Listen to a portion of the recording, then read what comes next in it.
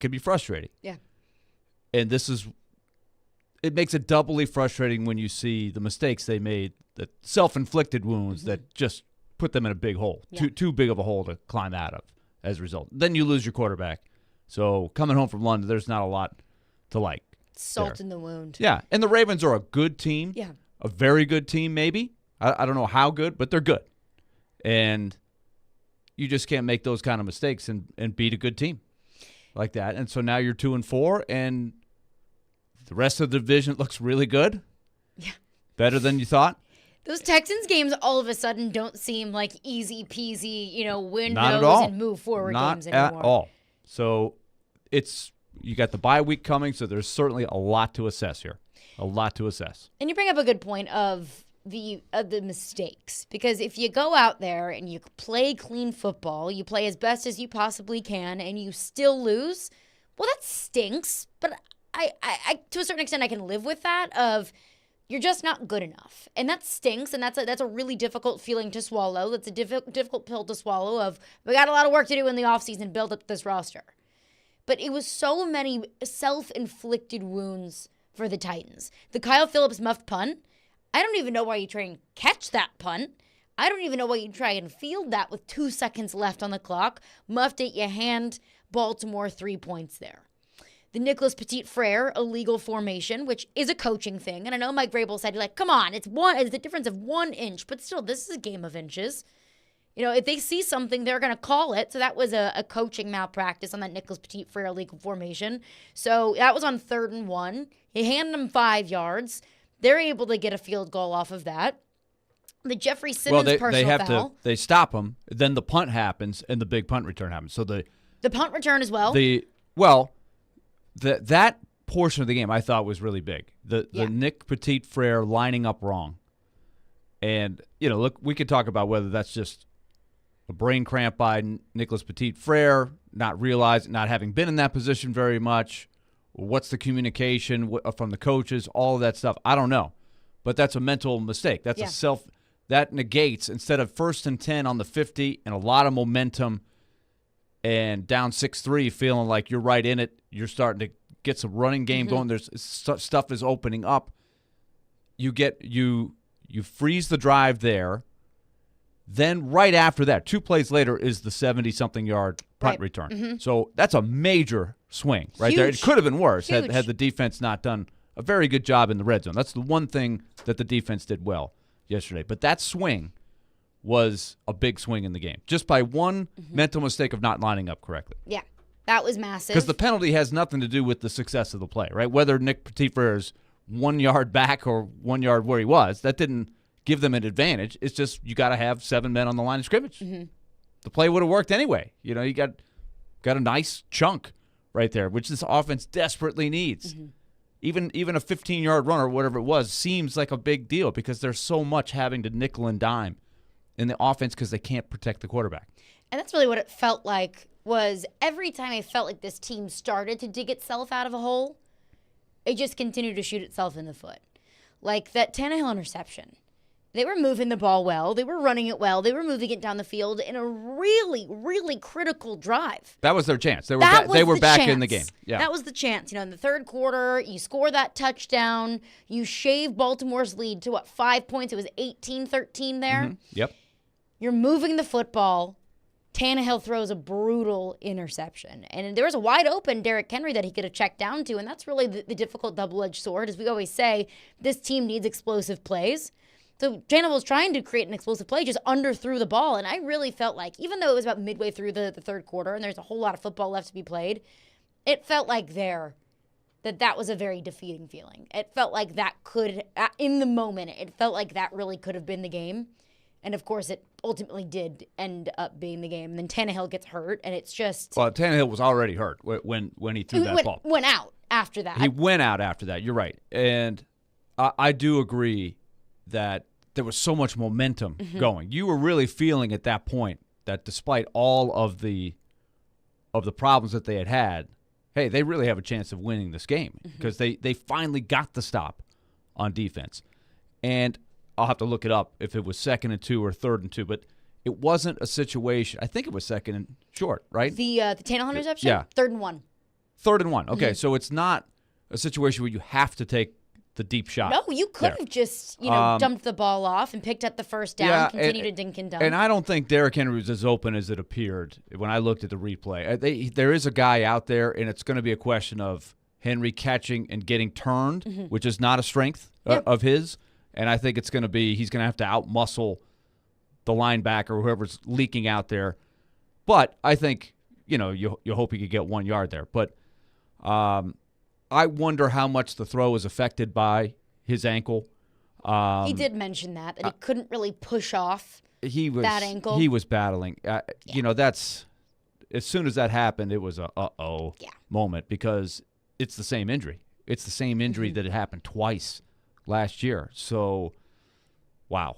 But that was a big moment there, big moment. And at that point, it was going to be hard to win the game. And the defense was going to have to maybe get another turnover, something like that, and that's when Baltimore was able to milk the clock. That's been the problem with the defense the last couple of weeks is they have not been able to get the big stop, the big play. They've given a lot of ground in the last 2 weeks, which is, in the ideal blueprint of this team was the defense was going to be exceptional, right? And they've been good. They're not bad, but they're not exceptional. And I think that was really the only bright spot on the day was the red zone defense. Yeah. Because offensively, the only really life that you had offensively was that big Derrick Henry 63-yard run where you couldn't get into the end zone. You had to kick a field goal there. And then the Derrick Henry touchdown, and then that big Tajay Spears run late in the game. That was really it. That was all the offense that we were getting. Nick Westbrook-Akine dropped a touchdown in the end zone. That was massive. But yeah, your only offense really came from the running backs, and then Baltimore bailing you out with penalties, whether it was PIs, whether it was offsides, whatever it might have been. I would love to break down how many yards you got from, or how many opportunities you truly got, or how many opportunities Baltimore bailed you out of because of penalties. That was it. I mean, offensive line couldn't block, got Tannehill killed. Just a really demoralizing day. A day that really made me think this team, frankly, it's just not good enough.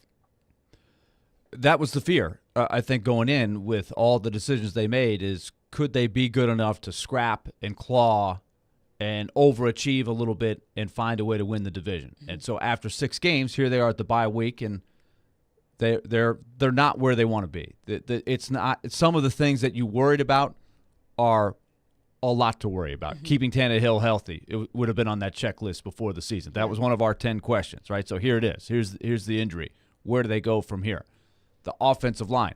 How much could they make the most of, which we knew was going to be the weak suit.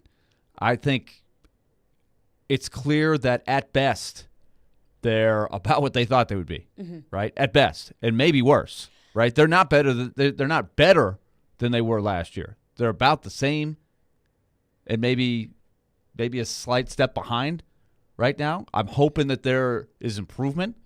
You can improve during the course of the year. There's no question, but they made a switch at left tackle. So Andre Dillard is not holding his job right now. That tells you a lot about what they think of him and where it's going.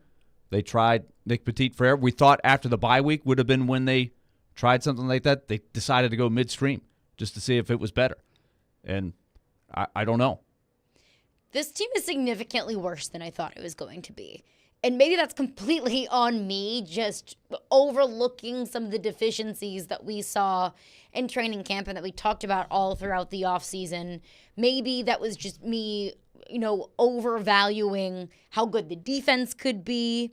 Part of that is probably on injuries. Part of that is on in-game execution. A lot of things that all kind of culminate into the reason why this team is just not very good. But I thought at this point, I didn't expect the Titans to be undefeated. I didn't expect the Titans to be, have a commanding hold of the AFC South. But I did expect this team to be at least a little bit more competitive. Because looking at them now, 2-4, it's not the end of the world. The 2021 team was 2-4 to start the season.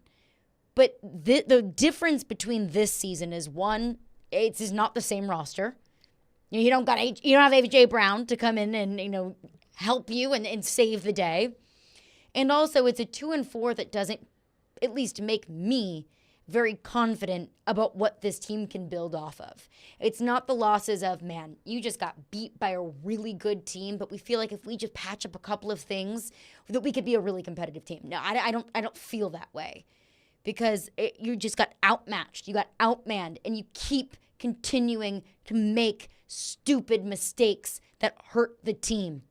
Part of that falls on the roster. Part of that falls on coaching. I don't see a scenario where the Titans can, looking at the rest of their schedule, where the Titans can all of a sudden just turn things around. Because like I mentioned, the Texans games, those don't look all that easy. The Jags are getting better. I thought that Miami was going to be a winnable game. Absolutely not. I can't even, fathom a scenario in which the Titans can go on the road in Miami and beat that team. You play the Seahawks. I don't feel great about that either. So I hate being at this point at the end of week 6. I just don't see any position where this team gets better, especially if and when Ryan Tannehill is not involved in at least a portion of the rest of the season. The Tannehill question is a big one, health-wise. That's the thing. Mike Vrabel was asked after the game. I think Paul Kuharsky worded it this way. He said, regardless of the health, would you consider Malik or Will Levis? And he said, look, I'm looking at all positions. He gave the Vrabel-esque answer, which is, I'll look at all positions where we can get better, but let's see how Ryan's ankle is. But the high ankle sprain, as we talk about so many times with different players, it's a long process to heal. It takes a long time. So in 2 weeks, this is still going to be lingering, especially when you consider he just had surgery on this ankle in the offseason. And as we've pointed out, he has not been running as much as he has in the past. He's been a little more either reluctant to run or unable to run. I don't know. But he hadn't been running as much. I don't know if I would say he's lost the step. He's still run effectively at times. But now I think there was some residual from that injury, and then he catches it the same way. You can tell when he's hopping around, that's exactly the same movements that he had before. So all that to say, look, the schedule, the Browns beat the 49ers yesterday. The Jets beat the Eagles. Beat them. For the first time ever. The Giants, as awful as they have been, had the Bills in Buffalo on the ropes. So anything can happen in the season. If you can play your best, put your best foot forward, I still think they can be competitive this year. But the problem is, and look, I had them at 9-8.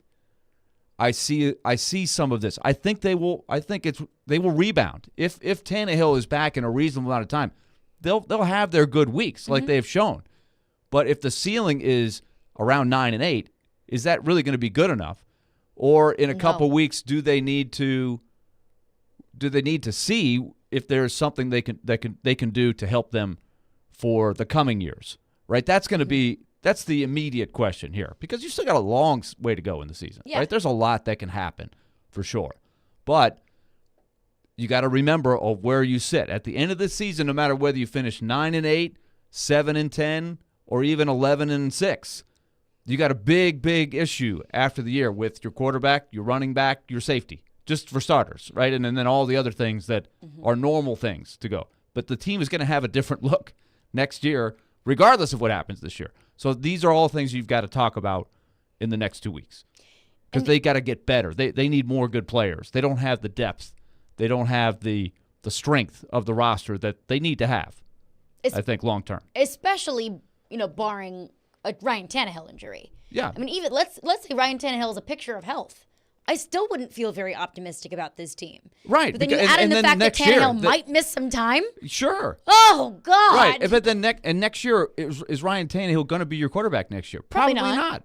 Yeah. And even if he had a great year this year, that would be a tough call if he had a great year to bring him back next year. So very likely he's not going to be your quarterback next year. So you have to have that in mind as you make decisions going forward. And you mentioned 9-8. And look, I don't want to, throw a funeral for this team after going 2-4 after week 6, but to get to 9-8, you need to win 7 of these next games. Atlanta, Pittsburgh, Tampa Bay, Jacksonville on the road, host the Panthers.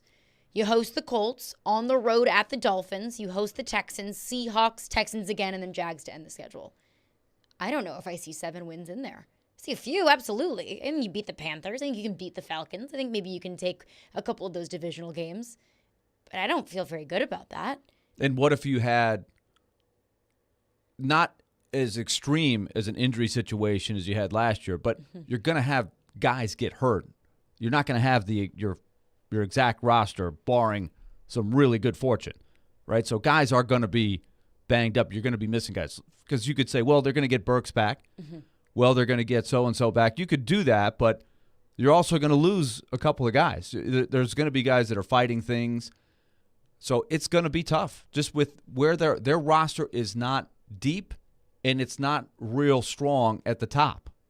I look at it. It's got to be an overachieving team to have success. And so this is going to be a tough hole to dig out of. I don't think they're going to collapse and lose the rest of their games. But, look, they're kind of removed from a lot of success, right? Yeah. When you go back to the end of last year, it's got to be weighing on them a little bit. Lost 11 of your last 13 games. Sure. That's tough. And you could hear it in the post-game press conferences or in the scrums in the locker room from Kevin Byard and from Jeffrey Simmons. You could hear it in Ryan Tannehill's voice. They're pissed off. Yeah. And they should be pissed off. I'm glad that they're pissed off. But it gets to a certain point where got to coach better, got to play better just simply isn't good enough. Because you've been saying that every single week this season, got to coach better, got to play better, but they're not playing better. They don't seem to be a better coached team.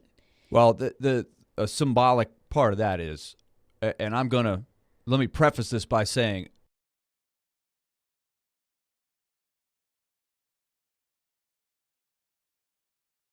time, but you have to set the example. That was a rookie mistake. That was a basic football 101 killer penalty. Yeah, add that to the. Don't do dumb stuff to hurt the team. That was so avoidable and stupid. Yes, and it's going to be a 3rd and long. You've had trouble stopping them, but you have earned a chance to at least hold them to another field goal. You've given ground, but you got a chance to at least hold them to 3. And he hands them a first down on just a really big brain cramp, right? He lost his mind. And you can't do that. I watched what Beckham did. He must have said something or did something that really flipped the switch for Simmons, but that can't happen. That can't happen. So that's your leader. That's your captain. So even he is doing some things like that. Like, you wouldn't think of a rookie, no-name guy did something like that. Oh, man, that guy may not have a job next week. But that is the guy that is setting the tone. That really hurt. It comes back to the same thing. There are certain teams who are loaded enough most weeks to overcome a bad half where you have a lot of bad things go wrong. The Titans can't do that. They're not good enough to do that. It was so frustrating watching that game that it was like, do you want to win? And I know that they do. I know that there are some competitive guys on that team that want to win probably more than they want to breathe. But that's how bad it was yesterday. Sometimes I was thinking, really? Like, how badly do you want to win this football game? But I'll go back to the opportunities that they missed. You bring up the Jeffrey Simmons personal foul. That was 7 points. And Baltimore probably would have scored on that drive anyways. I think they would have got a 3. But I'm going to say that's a 4-point mistake. Probably right? so. Because I'm going to say that the percentages, and you never know what's going to happen. The next play could have been an interception. Who knows? But percentages would tell you that you get the stop on 3rd and long, and it's another Justin Tucker field goal. But instead, it's a touchdown. So that's 4 points right there. That's 4 points. The Kyle Phillips muff, that's 3 points. That's a gift 3 points. Tannehill's interception, 3 points. That's 13 points that you gave the Baltimore Ravens and off you're not, of stupid mistakes. You're not even adding in the Petit Frere. Well, the Petit Frere lining up wrong, which I think puts the Titans in a pretty good position to score. You can't assume they would have scored, but they had momentum. But instead, 2 plays later, you've given up a 70-yard punt return. So that's a swing. You could argue that's a 6-point swing right there. So you can go through that, and say you set yourself way behind the 8 ball against a very good team. And so you could probably come out of there saying they were lucky to lose 24-16. The way that game was going, it felt like it could have been close to like 35-10. Yeah, and give credit, like we said, when they throw that interception, it's 18-13, and you're feeling the momentum and a chance. Even though you're concerned about Tannehill's ankle and what he can do, they gave themselves a chance to get back in the game. So that says something. Yeah, absolutely. And you were in it. It was in your grasp. And then it was just poo-pooed away. Let's get right into your phones on this coming up next. 615-737-1025 is our phone number. Today is venting day. We are here for your therapy. And, of course, I want to get into one of the biggest pressing questions of the day, of the week, throughout the bye week. Where does this team go from here? They've got some pretty tough decisions to make before the trade deadline. And now your quarterback's hurt. To add, salt into the wound. But right to your phones on this coming up next. Caroline, Willy, D-Mase. We are brought to you by Zen Sports. Start earning cash rewards on your bets today. Gambling problem? Call 1-800-889-9789. Terms and conditions apply. Must be 21 or older and in Tennessee to bet. He breaks down every game. The players are still going to be fine. And knows the ins and outs of the two-tone blue. They deal with their own position coaches. He is ESPN NFL Nation Titans reporter Teron Davenport. It's clear what he's doing. TD joins every Monday at 1, Thursdays at 3, Friday mornings at 8, and anytime on the Talkin' with TD podcast. I think that's really cool how he could show both sides. TD is on 102.5 and 106.3 The Game and the Game Nashville app. The football week is coming to an end. It's Monday Night Football tonight. So listen, again, if you're going to bet, why not do it on Zen Sports and make that switch right now? The fastest growing sports book in Tennessee, revolutionizing the way you bet on sports with their cash reward program. When you sign up with Zen Sports with the code D-Mason, that's D-M-A-S-O-N, you will earn a welcome bonus that gives you 5% cash back on your total betting volume for your first 15 days of betting. Think about that for a second. 5% cash back on your total play with no limits to how much you can earn as a cash rebate on your bets. So what are you waiting for? Start wasting your time and money betting on other sports books to earn credit or points when you could be earning real cash rewards with Zen Sports. Download today on the App Store or zensports.com. Your wallet and or purse will thank you later. Gambling problems? Call 1-800-889-9789. Terms and conditions apply. Must be 21 years or older to bet here in Tennessee. Get a great deal on select Kubota equipment, the #1 rated tractor brand for durability and owner experience in the U.S. The versatile lineup is built to help you make the most of your land. Right now at participating dealers, get a Kubota compact tractor for 0 down, 0% APR for 84 months, plus save up to $800 on qualifying implements. Now through October 31st. See us or go to KubotaUSA.com/disclaimers for full disclaimer. Visit Coleman Tractor, your local Kubota dealer in Clarksville, Nashville, Paris, and White House today.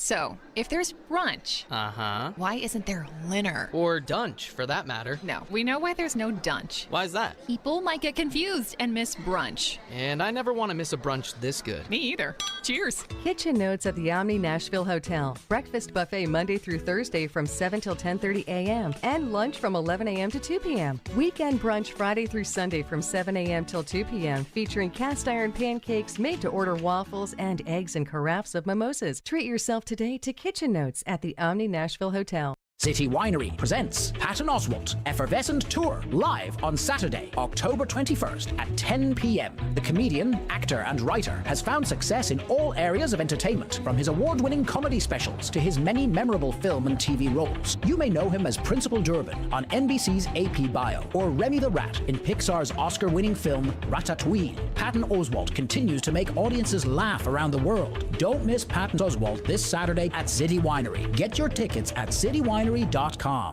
Hey, you. Yeah, you. This is your dentist. Do me a favor and feel the front of your teeth. How grimy are they? Ugh. It's time for a Crest Pro Health reality checkup. That grime is the buildup of plaque bacteria that can cause cavities in just months. You need to switch to Crest Pro Health. While most toothpaste stop working in minutes, Crest Pro Health's antibacterial fluoride protects for up to 12 hours to stop cavities before they start. So pick some up on the way home. Smile. Crest has you covered. Get in zone, AutoZone. Welcome to AutoZone. What are you working on today? my check engine light's on. That could hurt your gas mileage. The AutoZone free Fix Finder service can help find the fix for free. This whole report for free? That's right, printed and on your phone for free. But what if the fix is too tough? We'll recommend a local shop. Fix Finder, only at AutoZone. AutoZone. Restrictions apply.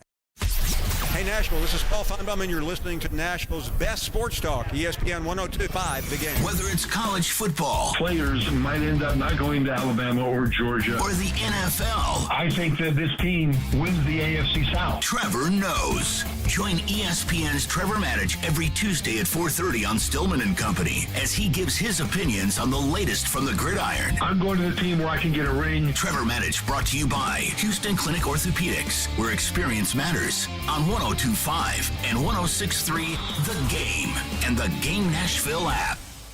Hey Nashville, this is Penny Hardaway, University of Memphis coach. You're listening to Nashville's best sports talk, ESPN 102.5 The Game.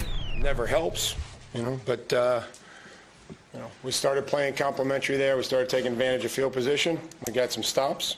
We didn't get some stops early, and again, we do some good things, and then we do some things that hurt us. So it's unfortunate, and got to get it corrected. Hope you get it corrected. And yeah, it's unfortunate. It's very unfortunate. Again, Titans fall in London to the Baltimore Ravens, but let's get your thoughts on it. 615-737-1025 is our phone number. And it felt like a big swing game for me, Willy, in my opinion, of not swing game of, this is going to make or break your season, but you've got some really tough decisions that you need to make here up in the next couple of weeks. Trade deadline is Halloween. So you got a few weeks and a bye week this week. You got one more game to make the decision of what you want to do. You're at a crossroads with your season. And win or loss with Baltimore, depending on how that team looked, I thought that was going to dictate a lot of what this team decides to do moving forward. You go for it. Maybe you decide to sell. Like Diana Rossini in The Athletic wrote that the Titans are one of those teams that are considering being active at the trade deadline. I think we can all assume that probably means sell and not buy, probably, at this point.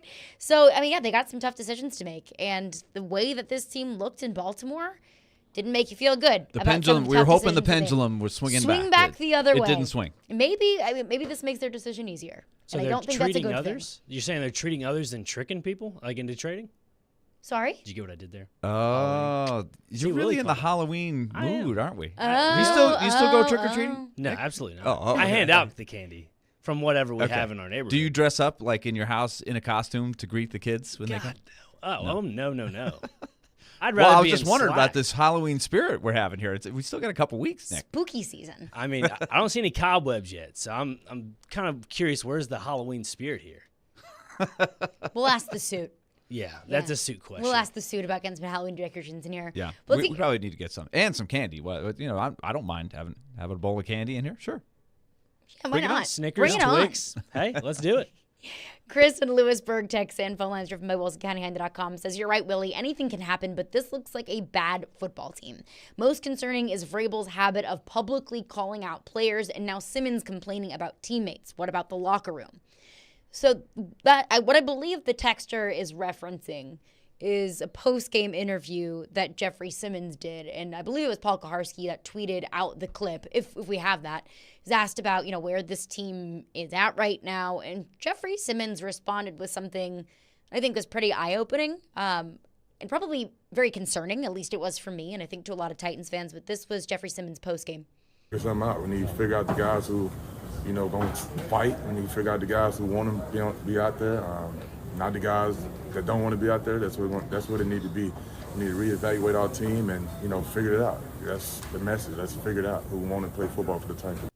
Got to figure out who wants to play football for the Titans. That's incredibly concerning to hear, especially because Mike Vrabel in the offseason, when we were going through, D-Hop Gate, he said, we want people that want to be here. That's part of this team's culture, is you will ride or die for the Titan shield. So to hear Jeffrey Simmons say there might be people in this locker room that don't want to be here, that aren't giving it their all, that's a massive red flag. And that's something that I don't think gets fixed overnight. That's a culture problem. I may be different than you. I don't read too much into the literal quote. That quote looks very disturbing, right? I hear the quote. I don't know if really there are 2 or 3 players he's thinking about when he's saying that, which could be true. Could be true. Yeah. I also don't know if he's just frustrated as all get out and just trying to get out of there and just saying whatever pops into his head. We got to do this. That could have been a string of cliches and nothing more than that. So I don't come in and just take him literally and saying, okay, there are some guys that don't want to be there. I find that hard to believe after 6 games that they have guys on the team that don't want to be there. I don't know. But a frustrated locker room, it's like the other thing that Paul, he took a clip of Mike Vrabel, we could play it, where he says, are some things just not correctable? And he said probably. It was just, he was frustrated. He was already in the middle of answer. Paul interrupted his answer with a, sort of doubling down on the question. And he said, probably, maybe, and then tried to sort of dig out of it and say, I don't want you to take me like I can't correct anything. But they're frustrated after the game. So I don't read too much into a quote. I know in this day and age, we take a quote from somebody and we just really dissect it and take it to the forefront. I think the big picture is just what we've been talking about. They have so little margin of error. Mm-hmm. Jeffrey Simmons is used to having success. The defense is used to having success, and they've been beaten. They have not won their battle in the last couple of weeks. Right after that great performance they had against the Bengals, they were not able to lift the weakness of the team, which is the offense, the last 2 weeks. I think that's really what I hear from it. I could be totally wrong. There might be a problem in the locker room. I don't think that's the biggest problem. I just think it's a personnel. They're not good enough. They don't have the talent right now that they need to have, coupled with they're making some too many mistakes to not overcome the mediocre talent that they have.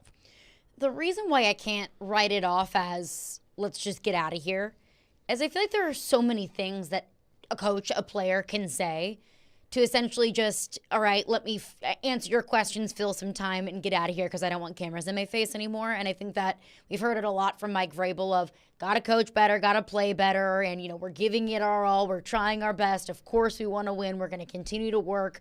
We're going to continue to be the best football team that we can possibly be. Ways that you can, not make headlines.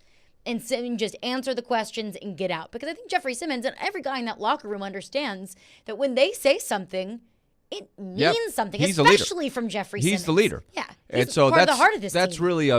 really a media savvy kind of thing. And not every player is – different players have a different ability to understand that part of it. And that's a really good point that you're making. He should understand that if he says something like that, people are going to say, wait a minute, are you saying people don't want to be here? Mm-hmm.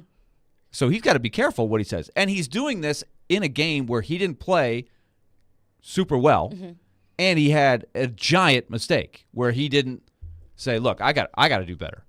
That's what I would want to hear from him ideally is somewhere in there, and maybe he did because we only played 10 seconds. I'm sure it was a longer conversation. He can't do what he did. That 15-yard penalty. Stupid. That's on him. Yeah. Right? And he's setting the example for everybody else. So, and like I said, I am a massive Jeffrey Simmons fan, but that's not the best way to handle it. So I'll meet you halfway on that. I'm not reading too much into the quote.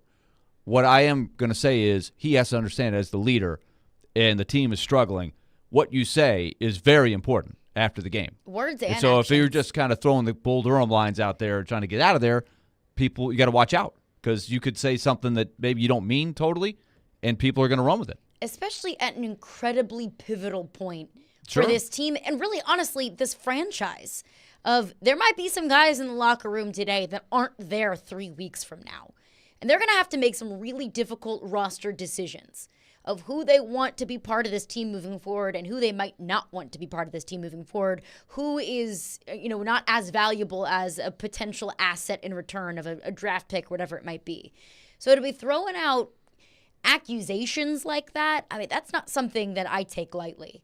But Mike Dubb texts in, says, I've heard plenty of fans call in and say to move on from Ryan Tannehill and others, and this radio station refused to acknowledge the truth. The whole team has lost a step.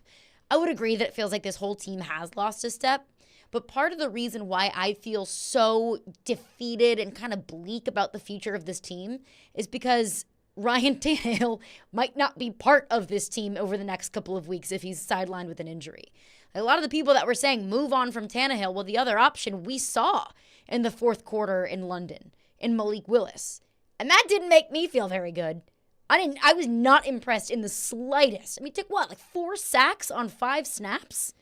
You're not going to win football games that way. Yeah, I was hoping to see more, a layer of improvement that I didn't see there. It looked a lot like last year's Malik Willis, to be honest with you. So that's another thing on the list of where they go from here is if Tannehill is not available, you've got a bye week. What do you do behind the scenes? Who are you preparing to be the quarterback? Yeah. Is Willis the guy that gets the first crack, or is it time to see what Levis could do? I think it's a good debate. I don't know that there's one clear answer. It's debatable. And I think I would, from where I'm sitting, I'd just like to see what Levis could do if that's what the situation is, because I think Willis, as we said some in the preseason, right? I think Willis, you can declare a victory if he ends up being a decent backup quarterback in the league. There's nothing wrong with that. That's a worthy pick of a third rounder. That's not the worst thing, right? But I don't see a guy that's going to explode and be a starter. And Levis is a complete unknown. He may not have any higher ceiling than Willis, but we have to see, right? Willis has played enough to where you have an idea what he looks like in a game. Is he going to make a huge jump? I don't think anytime soon. Now, there's the Geno Smiths and the Josh Dobbs and other guys that you can point to that are late bloomers. Rich Gannon is a famous one. Jim Plunkett, going way back, was one where they didn't do much for years. And then suddenly, hey, this guy's pretty good. We forgot about this guy. Remember they wrote me off. I didn't write back. The Geno Smith, now we know him as a solid starter in the league now. But in the near future, the Titans have to decide who their quarterback is next year, probably, if they're getting to that point. It's a tough call because, we got the text lining up here. I think about the Predators last year. You look at a team as the weeks were leading up to the trade deadline, could they still make a run and get into the playoffs, and who knows what can happen? We were saying a lot of the same things, right? Yeah, maybe, and show me some signs. Give me some signs that you can make it. And there were some flickers, but ultimately, with a few weeks before the trade deadline, David Poile said, you know what? I've seen enough. Going in another direction. It's different in football. I understand it. The trade deadline is earlier in the season, but I do see some parallels, right? I see a team that, what's the ceiling for the Titans? If everything goes right, what is your ceiling? And what are you looking at next year? Those are important questions, right? So Rand Carthon he's got to be seeing what his options are behind the scenes. And I said last week, and I stood by it at the time, I don't want to talk about next year in October. I don't want to talk about draft picks when we still have 11 games left on the season. That's depressing. But it might get to a point, and we're probably very nearing that point, if not at that point, where that has to be a realistic conversation because of how the team looked and because now your quarterback's hurt. But let's get back into your phones on this. 615-737-1025. Caroline, Willy, D-Mase, 1025-1063 The Game. Are you always on the go? We've got you covered. Download the Game Nashville app from your app store and listen to us wherever you are. Robbie Stanley, Joe Rexroad. It's Chase McCabe. Caroline, Willy, D-Mase. Dominic Company. We are Nashville's best sports talk. Good station. I listen to it all the time. 1025 and 1063 The Game and the Game Nashville app. eBay Motors is here for the ride. So minivans, sedans, JDMs, roll out. Go ahead, feel your engine. Admire that perfectly installed exhaust. Your vehicle's moving along this freeway like it was made from fresh installs and a whole lot of love. And with eBay Motors, you get over 122 million parts to keep it running. And with eBay Guaranteed Fit, they'll be the perfect fit every time. Plus, at these prices, well, we're burning rubber, not cash. Keep your ride or die alive at ebaymotors.com. Eligible items only. Exclusions apply. Happy Monday, everyone. Man, listen up. I need to talk to you about something. And that something is Cool Springs MD. Over the years, more men have started to seek help for hormone deficiencies and imbalances. And Dr. Jeffrey Lodge and his wife Daphne, along with that experienced staff, give men the treatment required to improve their quality of life. Cool Springs MD services have already helped many men of Brentwood, Nashville, and the surrounding areas in Tennessee with improving their immune systems, energy levels, cognitive functions, and more. They are there to connect you with the medical care you're required to have a healthy and enriched life. So there's no better time now to achieve a healthy lifestyle. Men, what are you waiting for? Give Dr. Jeffrey Lodge and Cool Springs MD a call today for an appointment. Here's the number, 615-486-3458. That's 615-486-3458. Or visit our website at coolspringsmd.com. Your chance to get that rare, hard-to-find luxury pre-owned Rolex timepiece is happening at Genesis Diamonds. Friday and Saturday, October 20th and 21st, Genesis is hosting an epic pre-owned luxury Rolex event featuring a stunning new selection of these hard-to-find watches. Hulks, Submariners, Daytonas, Pepsis, Batmans, all the hottest models that people wait years for. For this event, you can choose from 5 years financing or get a free pair of 2-carat lab-grown diamond earrings valued at $5,000. Imagine a luxury pre-owned ladies Rolex Datejust for just $199 a month, or a Sea Dweller or Submariner for just $299 a month. No waiting list, no games, just the watch you want at the great Genesis value price you deserve. Also for this event, our pre-owned Rolex buyers will be offering top dollar for your Rolex, so you can buy, sell, or trade. Come see the largest selection of luxury pre-owned Rolex watches in the state. Get the timepiece of your dreams and take advantage of our special financing. Friday and Saturday, October 20th and 21st only, and only at Genesis Diamonds, your home for luxury pre-owned Rolexes. Green Hills and Cool Springs. On approved credit while supplies last. See store for details. Yo, J Balvin here. Verizon just hooked me up with a new iPhone 15 Pro with titanium. How can you get one? By switching to my plan at your Verizon store, get the amazing new iPhone 15 Pro on them. When you trade in any iPhone, any model, any condition, guaranteed. And listen to my new song, Dientes, on your way to get the new iPhone 15 Pro. Don't miss out. Switch to my plan from Verizon today. It's your Verizon. $999.99, 128GB only. Device payment purchase or full retail purchase with new smartphone line on unlimited ultimate plan required. Less $1,000 trade-in or promo credit applied over 36 months. Promo credit ends if eligibility requirements are no longer met. 0% APR. Hey, you. Yeah, you. This is your dentist. Do me a favor and feel the front of your teeth. How grimy are they? Ugh. It's time for a Crest Pro Health reality checkup. That grime is the buildup of plaque bacteria that can cause cavities in just months. You need to switch to Crest Pro Health. While most toothpaste stop working in minutes, Crest Pro Health's antibacterial fluoride protects for up to 12 hours to stop cavities before they start. So pick some up on the way home. Smile. Crest has you covered. Keeping it local. The Titans get a big win. Well, Derrick Henry's on the field. It's like, all right, what's going to happen? And fun. Bad time to get Florida. They're going to be mad. Oh, my goodness. Every day, it's Chase McCabe. I was sitting here going, I think I'm going to watch Batman 1989 tonight. And Big Joe Dubin. That's your plan for tonight? Probably, yeah. I need a night.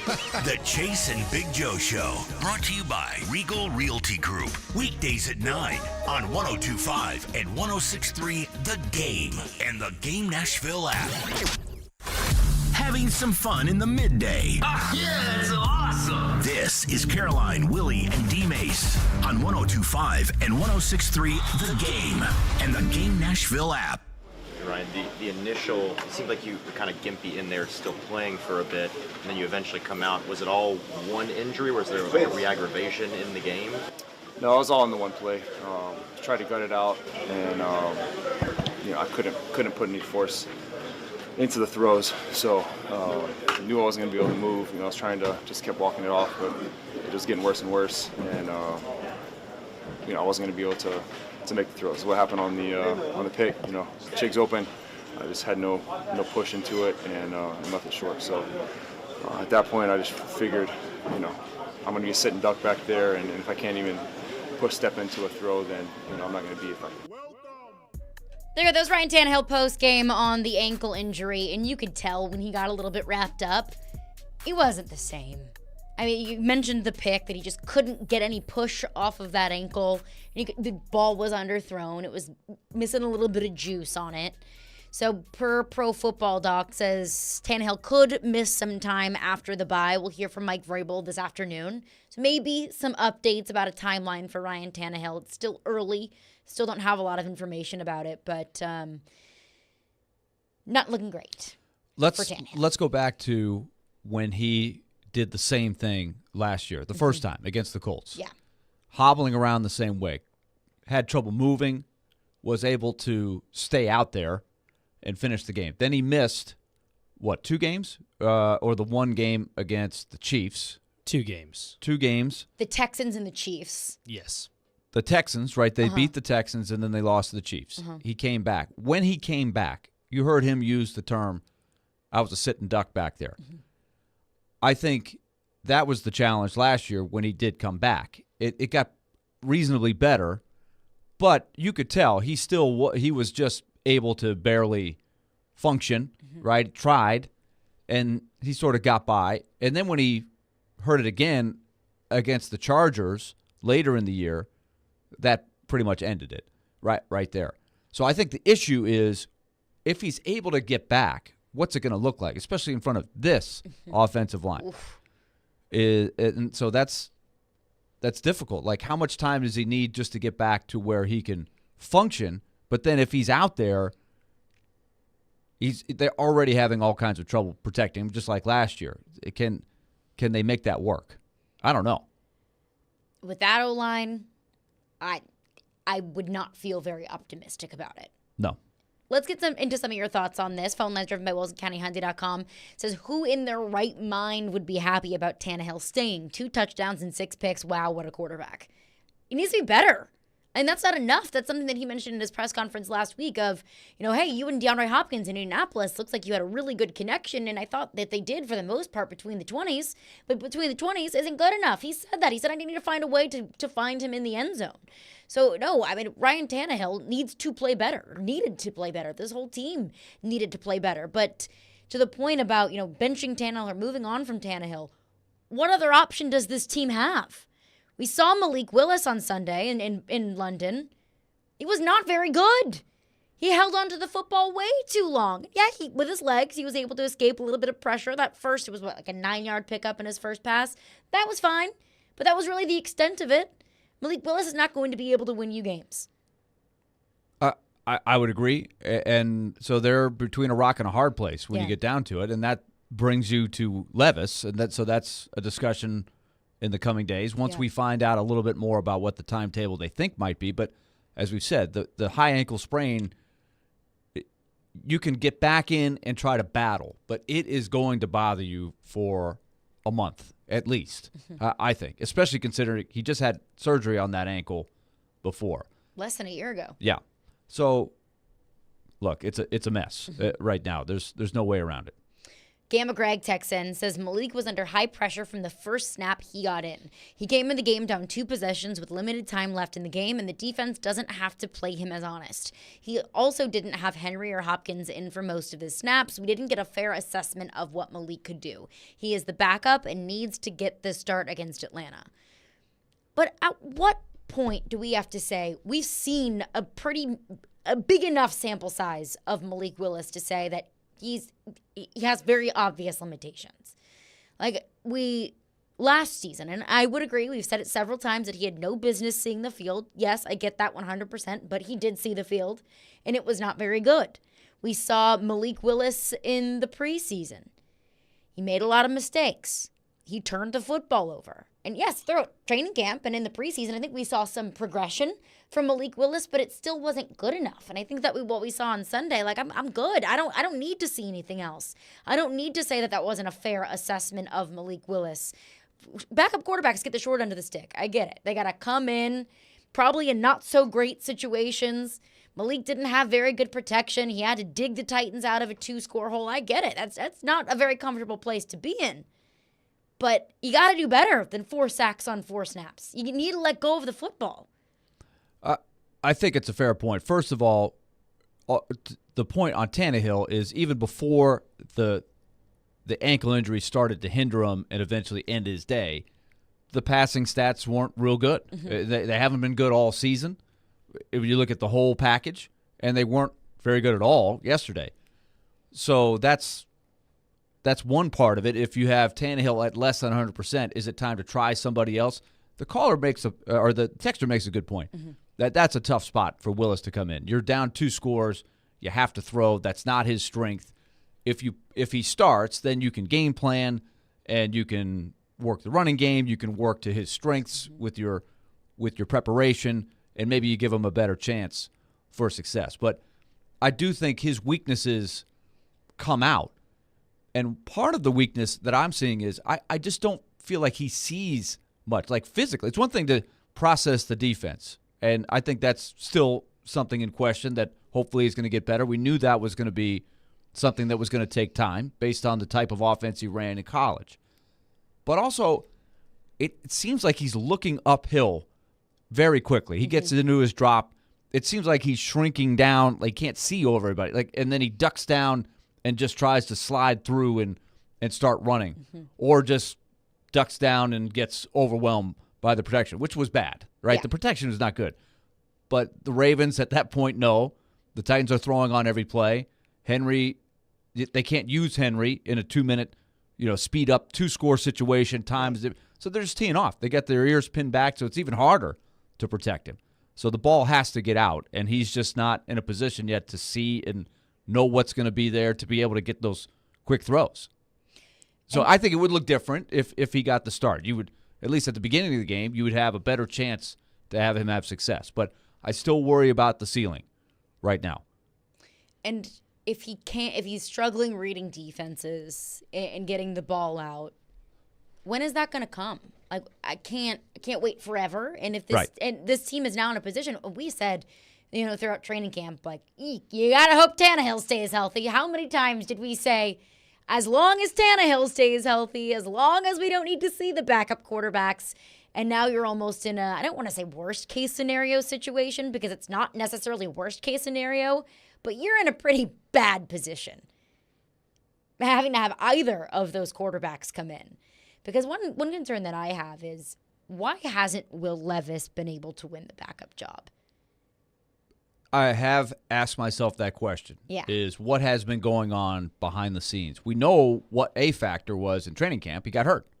Yeah. But based on what Willis has done to this point, it shouldn't be that tough to beat if Levis has behind the scenes been doing great things. But I don't know what they do when none of us can watch to develop him. It's always been my biggest question about developing quarterbacks in general. You can't send the guy to AAA and say, well, look at what this guy's doing in AAA. He's ready.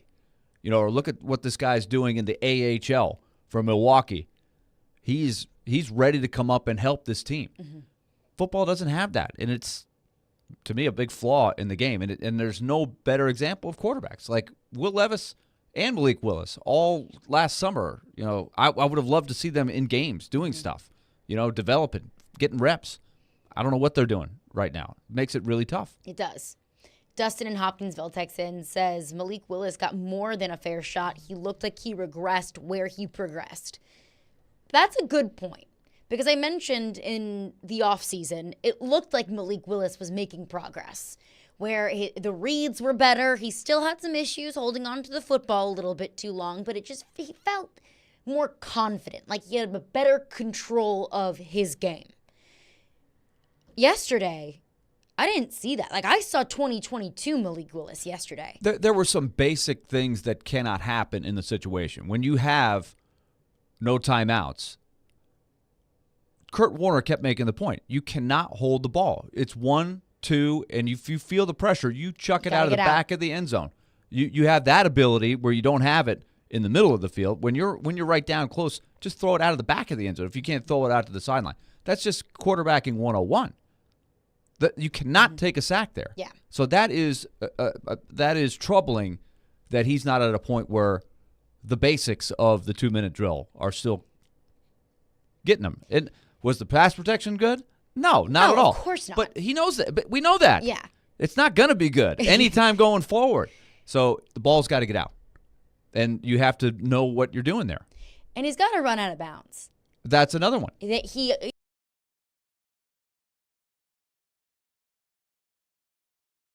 happen on a given play. What's best case scenario? What's worst case? Risk reward. But that's another basic thing. Get out of bounds. Get out of bounds. And at that point in the game, time was of the essence. Give me the few extra seconds instead of picking up an extra half a yard to a yard. It was very frustrating that they did not get a touchdown after Spears made an unbelievable play. It was a great play. It made something out of nothing. He has no business getting even a first down there, but he made several people miss and made an incredible play. Then they get the penalty to get the ball down on the 1-yard line. It was Baltimore penalty after penalty right, so you after penalty. You got to cash that in. Opportunity after opportunity. And this offense doesn't get a lot of explosive plays like that. The big run that we got from Derrick Henry, the big run that you mentioned in the final possession from Tajay Spears. But this offense just is not good enough to not capitalize off of those opportunities. When you get within the 10, and you had how many downs? Like 7 in the red zone? It looked like they were trying to climb Mount Everest from the 1 yard. Like, what is it going to take to get into this end zone? And they didn't do it. My goodness. And you could see Vrabel going, forget it. Just kick it. Yeah, forget it. Maybe we'll get the onside kick, and we're running out of time. We can't wait any longer. We'll get the points, get the onside kick, which was, I believe it was Rich Eisen that said, well, that was an awfully anticlimactic onside kicks. I wish I am now coming to the point where it's nearly impossible to get the onside kick. Mm-hmm. So what does the league do? That's a question for the offseason. We've debated it before, but I'm to the point now where it's ridiculous. Nobody can get the onside kick now. Especially when there's how many seconds left? Like 30? I see the kickers and trying haven't been able to move down the field kickers all try game. to have it with no tee. Have it, put it on the ground on the side. Put it on the tee on the side. Try to kick it with side spin. There's nothing. The rules are such where it's nearly impossible unless the other team completely does something stupid. Right. You're not going to get it. And Nick Folk was MVP. Onside kick or not. MVP for the 6th week in a row. Nick Folk. He can't do any better. If that is the cost of having a reliable kicker, whew, man. 615-737-1025 is our phone number. We are back into your phones because today is your day. We'll get all of your thoughts on the Titans game, where the Titans go from here. But coming up next, that's what I want to get into. Where do the Titans go from here? Quarterback situation, trade deadline, everything is on the table. Caroline, Willy, D-Mase, 102.5, 106.3 The Game. When you own a business, it's like another member of your family. And success takes time. It requires money, attention, and tools to help it grow. At F&M Bank, we'll treat your business like family, building trust and responding quickly when you need us. No matter your business goals, you can reach them easier when you have a banking relationship that supports you. Tools to conveniently manage your money coming in and going out, and expertise to make your business better. Bank your business at F&M Bank. myfmbank.com. Banking made easy on purpose. Member FDIC.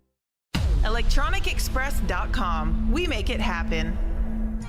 Come try Calabria Brick Oven Pizzeria. Their pizza is cooked to perfection, but that's not all they're known for. Try one of their delicious appetizers, salads, fresh calzones, and they have a full bar and dessert. Calabria has been a Mount Juliet staple for 7 years now and has a new location in the heart of Goodlettsville off Long Hollow Pike. Come join the family at Calabria. After all, life's too short to eat bad pizza. Now, your Game Center update. This Game Center update is delivered by Black Tie Moving. This is Nick Frazier. Over the weekend, the Vanderbilt Commodores made it an interesting matchup versus the #1 ranked team in the nation, the Georgia Bulldogs. The Commodores lost 37-20. Two freshmen on the Commodores offense accounted for 2 of their 3 touchdowns on Saturday, Humphreys and Cedric Alexander. Both student athletes are tied for second in touchdowns scored on offense this season. On the defensive side of the ball, defensive back Jalen Mahoney recorded a game high of 27 solo tackles versus Georgia. Here was Mahoney on the positives going into the bye week ahead of taking on Ole Miss. This bye week is an opportunity for us to, get a step ahead on Ole Miss and, at the same time get healthy and, get everybody back so we can be at full strength. Tune in tonight at 6 p.m. to hear the Vanderbilt Commodore Hour right here on 102.5 and 106.3 The Game. Game Center update delivered by Black Tie Moving. Use the promo code GAME to score 10% off your next move. For more, follow us on Twitter at 1025 The Game or visit thegamenashville.com. Live from the Hiller Plumbing, Heating, Cooling, and Electrical Studios. WPRT-FM Pegram, WPUC HD2 Laverne. Ross Chastain will be first to finish in the Ally 500 at Nashville Super Speedway. Nashville's exclusive home for NASCAR. 1025 and 106.3. Checkered flag is in the air. Man, this is a win in the cup race. The Game. A Cromwell media station. Covering your teams and the news of the day. Ladies and gentlemen, This is Caroline, Willy, and D-Mace. Who is pleasant to listen to. With Caroline Fenton, Willy Donick, and former NFL wide receiver Derek Mason. You are hands down my favorite radio personalities of all time. On 102.5 and 106.3, The Game, and the Game Nashville app. With no further ado, Caroline, Willy, D-Mase, 102.5, 106.3, The Game, and the Game Nashville app. We are live from the Hiller Plumbing, Heating, Cooling, and Electrical Game Studios, and we're streaming live on Twitch, Twitter, YouTube, and Facebook Live every single day. TD, Teron Davenport, will join us in 1 hour. We'll get a full breakdown of what he saw in London, where this team goes from here. Mike Vrabel speaks to the media at 3 o'clock today, so interesting insight from TD about what he'll want to hear from Mike Vrabel this afternoon. But the Tennessee Titans fall to the Baltimore Ravens 24-16 and fall to 2-4 on the season. Ryan Tannehill exits the game early with an ankle injury. Sounds like a re-aggravation of the ankle injury from last season that he got the tightrope surgery for. So now there's an even bigger question lingering around this team. The big questions of, where do you go from here? You're 2-4 in a division that looks much more difficult and much more competitive than I thought it was going to be going into the season. In an AFC that's incredibly competitive and difficult, which I think we all probably expected with these quarterbacks and with these coaches and teams in the AFC. But now you got the question of the quarterback, of maybe he could be good to go after the bye. You know, you heal up this week, you're able to get back out there against Atlanta, or maybe you're out for a considerable amount of time. That's a really big difference, and that could be a massive swing on the schedule. So my question to you, Willy, is where does this team go from here?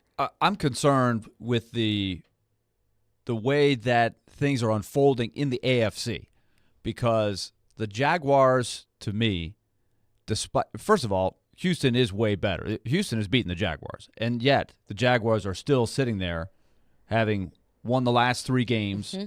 They looked very powerful yesterday. I still think that they're going to win at least 10, if not 11, maybe 12. Mm-hmm. I don't know that they're going to win out or be a juggernaut or anything. They're moving in the right direction. They're only getting better. They have talent. They look like the team as roster. Advertised. Now, Trevor Lawrence is hurt. Mm-hmm. I don't know how bad it is. That was something that they were trying to find out. Maybe we'll find out more in a couple days. That could be a game changer if he's out long term for some reason, just like it would be for any team. But they look good. The Colts and the Texans are not pushovers. You're behind all 3 of those teams right now. So if you're thinking, okay, scratch out 9 wins, you could win the division. That was something we talked about a lot. I don't think that's going to be the case. I don't think you win the division with 9 wins this year. Not likely. So does that get you a wild card? Well, if the AFC beats each other up, maybe.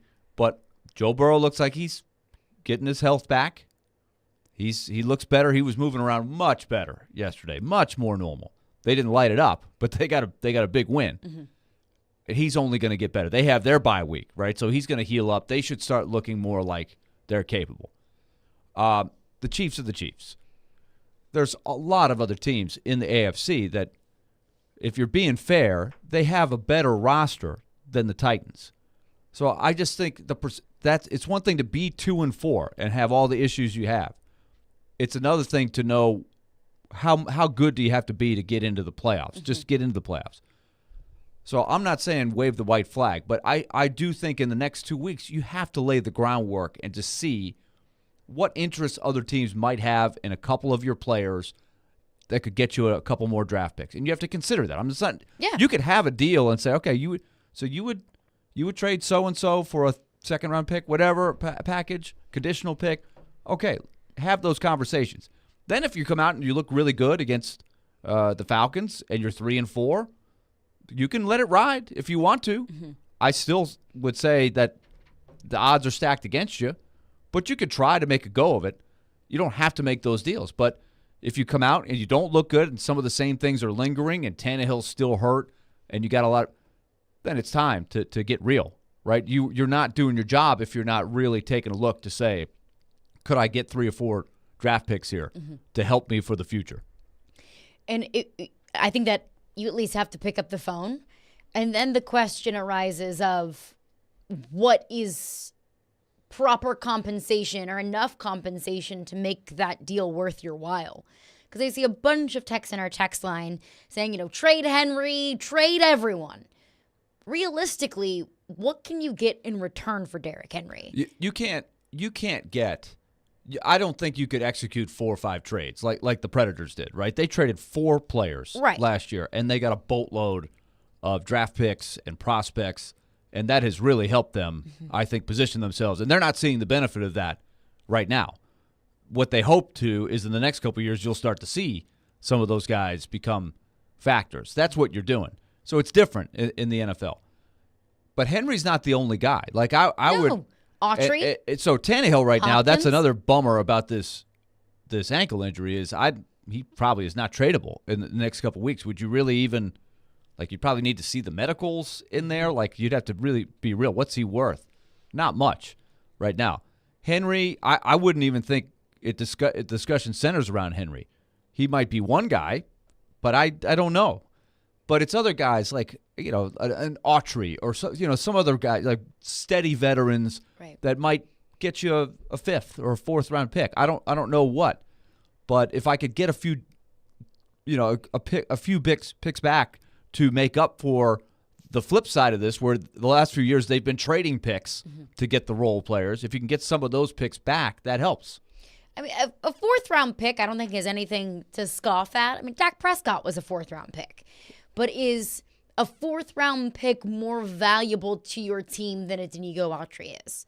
That's the question that Rand Carthon and Mike Vrabel are going to have to ask themselves. Because you could make the argument, if we're going to pivot into next season and rebuild, if the quarterback is hurt and is out for several weeks, and you're sitting at 2-4, 2-5 I guess it would be 2-5 or 3-4 at the trade deadline, then you could make the argument that a 4th round pick is worth that. Absolutely, I think because as we've said many times, they don't have the 3rd round next year because they traded it to get Levis. They don't have a 5th and a 6th, right? Those are the other 2 picks that they're missing. So you need tosses at the dartboard. You don't always hit on them, but you give yourself a chance to come up with the Dak Prescott or somebody that. So it doesn't have to be a 1st round pick for it to be worthwhile. If you're just deciding, look, we got to be real here. What's best case scenario, and who's going to be the last guy to buy into that? Mike Vrabel, right? He's not going to be a guy that says, we can't do it. He's not. He is going to keep fighting until it's all over. Like he'd be like, that's why you love his competitiveness. But that's where Rand Carthon has got to do his job and say, we have to be real here. Where do we sit in the environment? What's it going to look like next year? It's probably hard for Mike Vrabel to look at next year right now, but you have to if you're Rand Carthon. Yeah, absolutely do. And if Mike Vrabel is going to be making as many personnel decisions as he is making, he also has to keep an eye on the future as well. And in the bye week, I think that has to be at the forefront of the conversations of, look, we wanted to be better, and we wanted to make a run. We thought we could make a run. It's not looking like that's the case because you said earlier, 9-8, could that win you the division? Probably not. I think even 9 wins is a stretch looking at the rest of the schedule and looking at how this team has played. So that brings the question of Tannehill. Pro Football Doc had a very brief breakdown of Tannehill's injury, the ankle, how it most likely is a re-aggravation of the ankle that he injured and got surgery on last year. And Pro Football Doc said, he could be back after the bye. He could miss some time after the bye, which is about as vague of an evaluation as you could possibly have. Tough to evaluate that when you don't actually have, boots on the ground and evaluating the injury. But let's just say worst case scenario. Let's say worst case scenario, Tannehill is out for several weeks. 3 to 5 weeks, 4 to 6 weeks, whatever it might be. What do you do at quarterback? This is the bye week. I heard Mike Vrabel after the game say some guys need to heal, some guys need some time off, some guys need reps, is what he said. I wonder who he's talking about there. I think the 2 young quarterbacks fall into that category. Oh, yeah. So I don't know who you keep around, if there's practice squad guys, if some of the guys.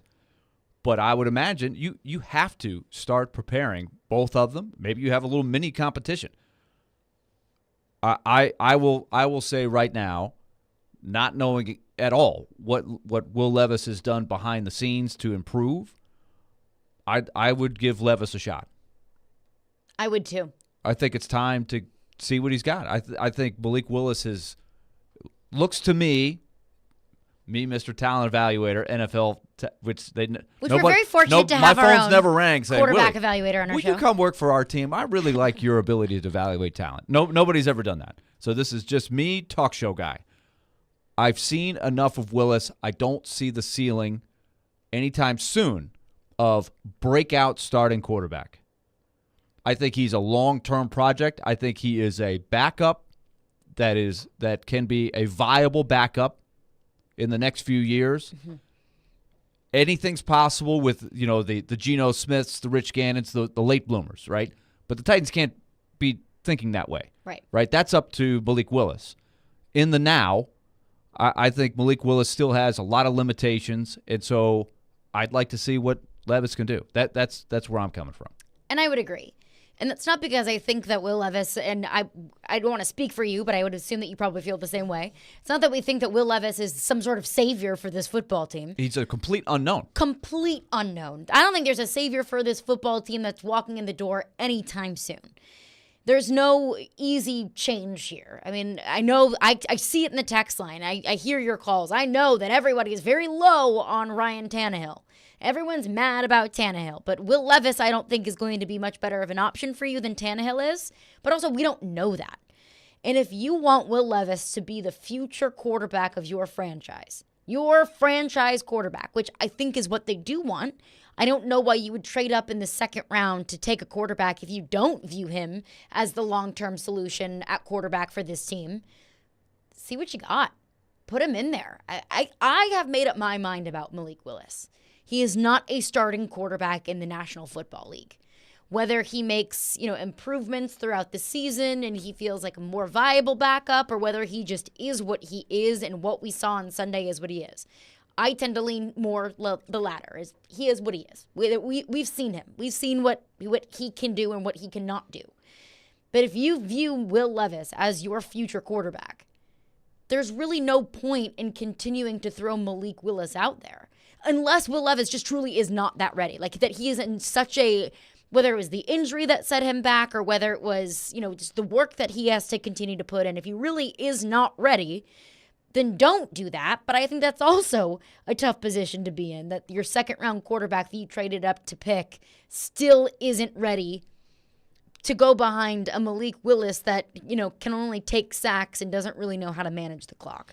That's also a concern in and of itself. It is. And I think in this scenario, if you are, because of the injury, and you told me this, I didn't hear the show this morning. You were listening to Robbie and Rexroad. Mm-hmm. Robbie made the point of, hey, this could be, and it's always that moment like, this could be the last at bat for so-and-so in a blank uniform. Like, oh man, I hope it's not. Come on. This isn't the end. Soak it in. But they do that, and then after the game, the guy's got to ask the question: are you retiring, or something like that? Mm-hmm. So you hate to put the cart before the horse, but he made a point that is possible, right? If his ankle is bad enough and he cannot play against the Falcons, and you have to start one of these guys, and there's a couple more weeks, you might just be one way or the other having to turn the page from Ryan Tannehill. Mm-hmm. He may not quarterback again. And if that's the case, then whoever they start in that first game, both of them might end up getting to play quite a bit. It might be just hey, let's try them both, or one guy plays, he struggles, go to the other guy. And the rest of this year is kind of let's see what happens as they play more. Who grows and who doesn't grow. And then that at least you're further along and you kind of have an idea of what you have going into next year. The point that Robbie made was, a thought that he had when Ryan Tannehill left the game was, did we just see Ryan Tannehill's last snap in a Titans uniform? And when he said that, I was like, what? I rewinded and had to hear him say that again. And his explanation was, if he is so injured that he's going to be out for a few weeks and Will Levis plays horribly, well, then you're probably out of the dance, and then your number one priority might be just let's let the young guy get some experience and make the mistakes when they really don't matter. Mm-hmm. And his other point was, well, what if Will Levis plays really well? You going to make that switch back when Ryan Tannehill gets healthy? Probably not. Maybe Will Levis is the savior for your season. So it's something that I don't think is likely that we have seen Ryan Tannehill's last snap on a Titans uniform, but it's not impossible. And that is crazy to think about. I would say that I don't know if it's probable, but you could say it might be 50-50. Depending on how bad depends on how bad the ankle is. Like if he can play, if he is well enough to play against the Falcons, then he probably starts against the Falcons. Mm-hmm. I would agree. And I think that's a big part of consideration for the rest of this season is the severity of Ryan Tannehill's injury. And I think there is a scenario where he plays against the Falcons, but he is hobbled. Mm-hmm. We know about high ankle sprains. It bothered. He played through some tough stuff last year, and I think it's only going to be tougher for him to do that this year. Let's get into some of your thoughts on this. Jason is on the line with a thought on Will Levis. What's up, Jason? Hey, thanks for taking my call. One other thought process that's going through the coach's mind is, look, we've already gotten Tannehill hurt 2 years in a row behind this makeshift offensive line. Do we really want to put our quote-unquote future quarterback behind that same line? I mean, it has to be going through their minds. But I'm with you. I mean, if that's all you have, that's all you have, and you may have to risk it.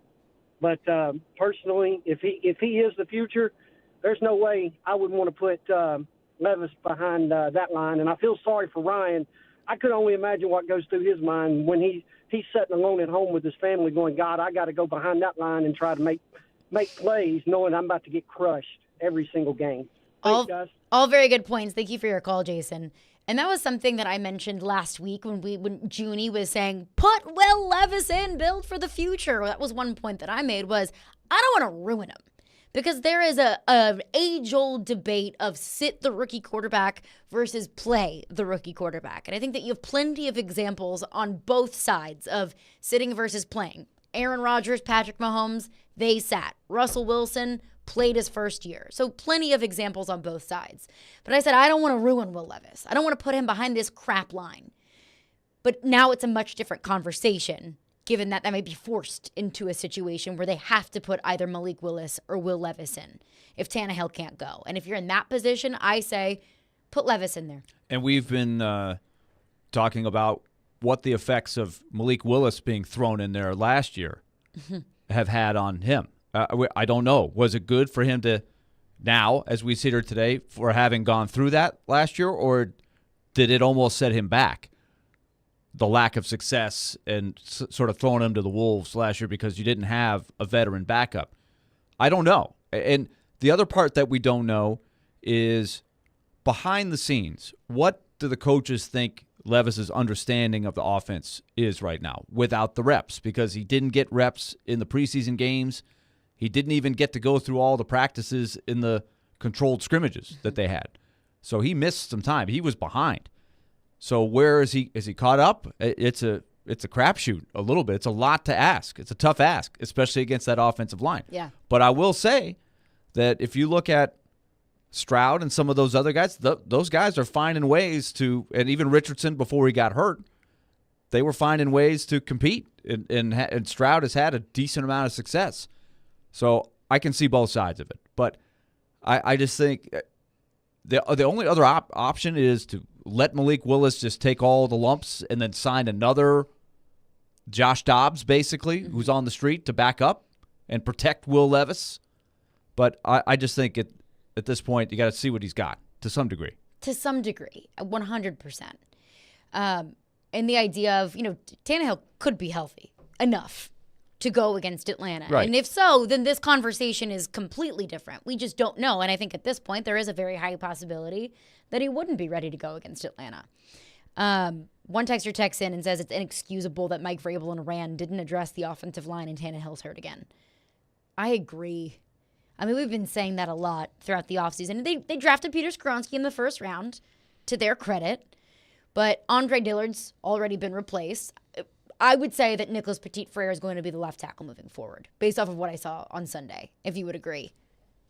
Or not. I think I think that's probably a fair bet right now. Yeah. I mean, otherwise, I don't think they would have done it in the middle of the game. No. And that if he's available and ready to go, throw him in there.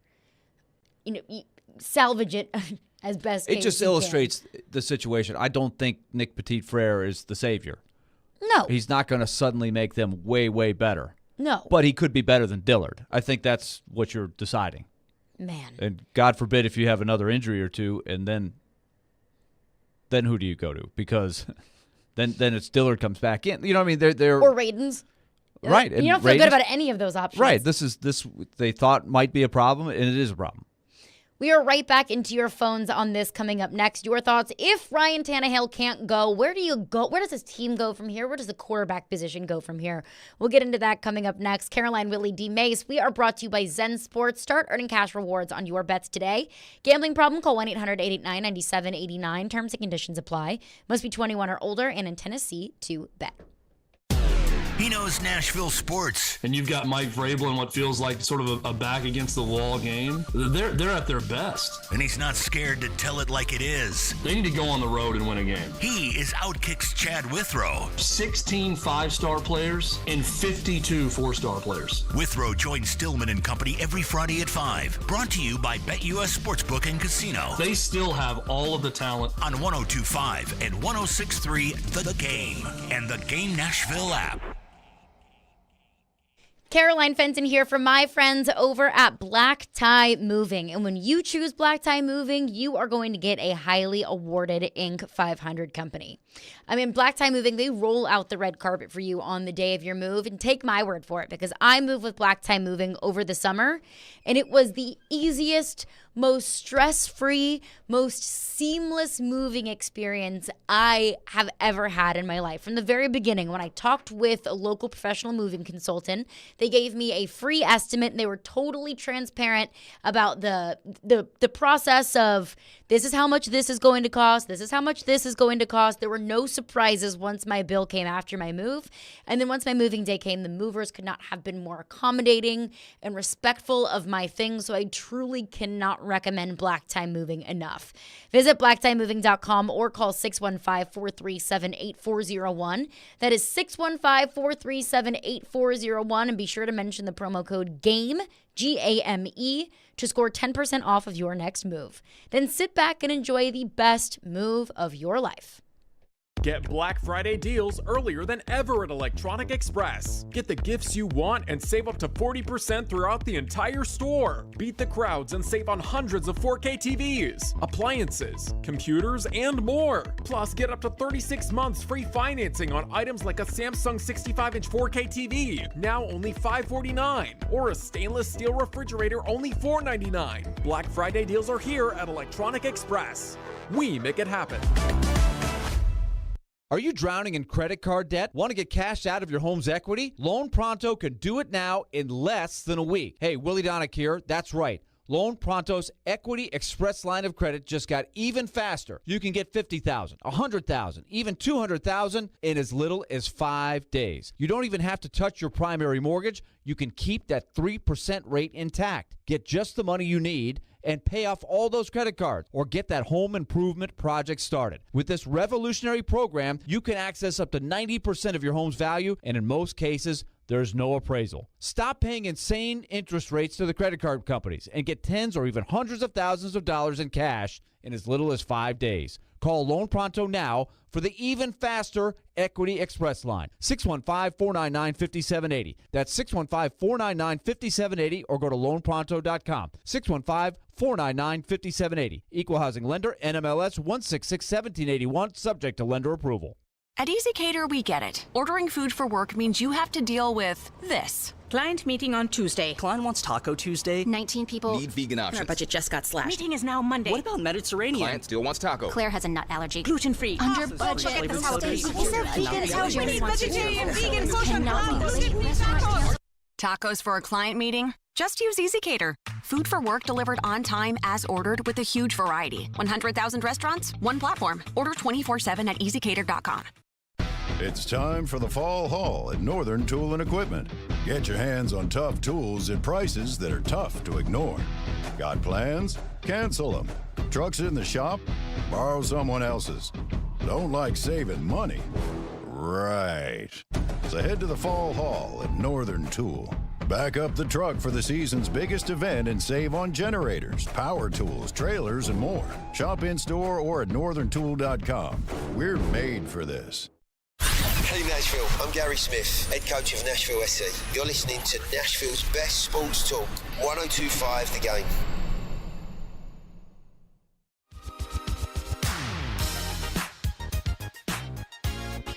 Caroline, Willy, D-Mase. Stay tuned into 93.3 Classic Hits tomorrow for MTSU football. The Blue Raiders will kick off at 6 p.m. on the road against Liberty. Pre-game beginning at 4:30 p.m. Coverage also available on the 93.3 Classic app and at 93.3classichits.com. Titans fall to the Ravens in London, and it was just such a demoralizing loss of what was on the line, and how sloppy the team played. Willy, you and I broke it down between the Kyle Phillips muffed punt, the Tannehill interception, and the Jeffrey Simmons personal foul. 13 points that the Titans handed the Ravens. 4 of those coming off of the personal foul because the Ravens scored a touchdown on that drive. But being a little fair, we'll give them 3. That they probably would have at least kicked a field goal on that play. And then a field goal from the Phillips muff and a field goal from the Tannehill interception. Just 10, not 13, 10. Pardon, 10 right. points. And then there's the missed opportunity of Nick Westbrook-Akine dropping what should have been a touchdown catch. Not an easy catch, but that's one I'm sure he would say he's got to have that one. Oh, yeah. That's big, especially for a team that has had all this discussion of, hey, we've had all these long drives, and we're finishing them with field goals and not touchdowns. To have that opportunity and miss it, that stung a lot. So there's 4 more points left outside the bag. That's someone who I needed a whole lot more of from yesterday. After we spent a couple weeks singing his praises, rightfully so, Nick Westbrook-Akine dropped the football too many times yesterday. I see him as another guy that's symbolic of the roster. He's not a high-dollar guy. He is an overachiever, and in the right role, he can be a nice player. But when you're asking him to be your number 2 guy, he's probably not a number 2 in this league. No. When he's getting more attention from the coverage, you don't have a guy like Burks or any other receiver that's really a big threat, and you can't really protect your quarterback much. That's when only great players can elevate above that. And so he's just not one of those guys that can do that. And when Chris Moore's out of the game after a dirty hit from Kyle Hamilton. Dirty hit. But Chris Moore is another guy that is a budget, low-dollar, nice player. He's not a star. So he needs the support of Hopkins, and in theory it was Hopkins and Burks. And then the other guys can do their thing as role players. Yeah. But when he's counted on more, it's harder for him. That's kind of the theme of this team and a lot of their struggles.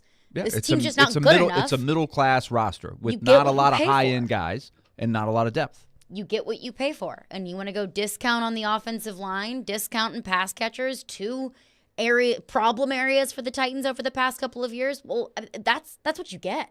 Well, it's the end of a window. They've been spending, they've been trading draft picks, they've been, going for it, and it catches up to you after a while. They don't have, the salary cap is at a sort of a head right now. Hopefully they'll have a lot more room next year. And, of course, they'll have to replace some pretty important players, in theory, to get that room. Starting with, more probable than not, the quarterback. Today's your day, so we're going to get right back into your phones. Phone line driven by WilsonCountyHonda.com. Lawrence is on the line with a thought on the future of the stadium. What's up, Lawrence? Hey, I want to call. I hadn't heard it spoken about in any of this, but when the new stadium opens, unless they do a wholesale, trade everybody, fire sale, get every pick we can to try to be relevant when that stadium opens, for the prices that they're asking for the new seats and holding everybody hostage, it's the current season ticket. Because if they're down right now, we're going to be in the start of rebuilding mode and be a 3-14 of, a 5-12 team moving into a multi-billion-dollar stadium that, half the people in Davidson County don't even want. Yeah, thank you for your call, Lawrence, and very fair point. And it's something that I think is absolutely on the mind of Amy Adams-Strunk. She's a businesswoman. That's what she's in this business for. So it's hard to project in the NFL. It's hard to project week to week, year to year, much less 4 years into the future when the stadium opens in 2027. A lot of things are going to change. Yeah. I mean, like, you're a completely new team, maybe a new coach by then, absolutely new role players, new quarterback. Henry won't be here anymore.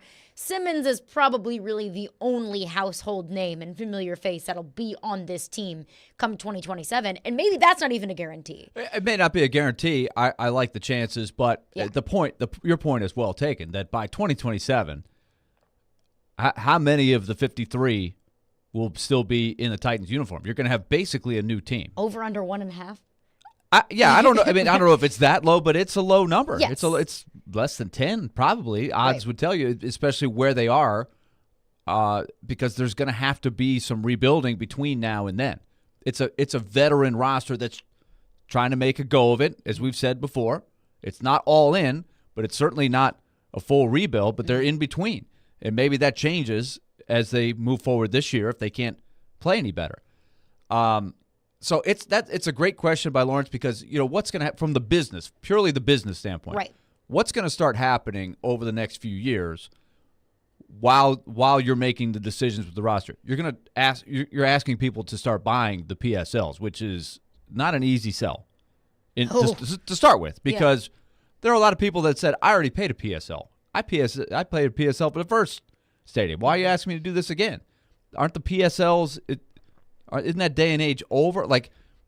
And whether you do that or not, as Lawrence was saying, or was that Lawrence that just called? I believe so.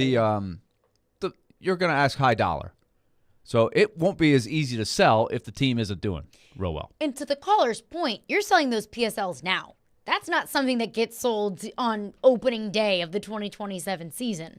So the way that Amy, I'm sure, is looking at it is we want to have pieces in place where people of this city and Titans fans want to be part of that and are willing to put that money forth to be part of that team. And they do not have a great group of ambassadors in the front office that have great relationships and great rapport with the fans. So I think it is going to be a tough sell in a lot of areas over the next couple years, especially if the team is struggling. And the team, like Mike Vrabel and Rand Carthon, can't control that. That's not their job.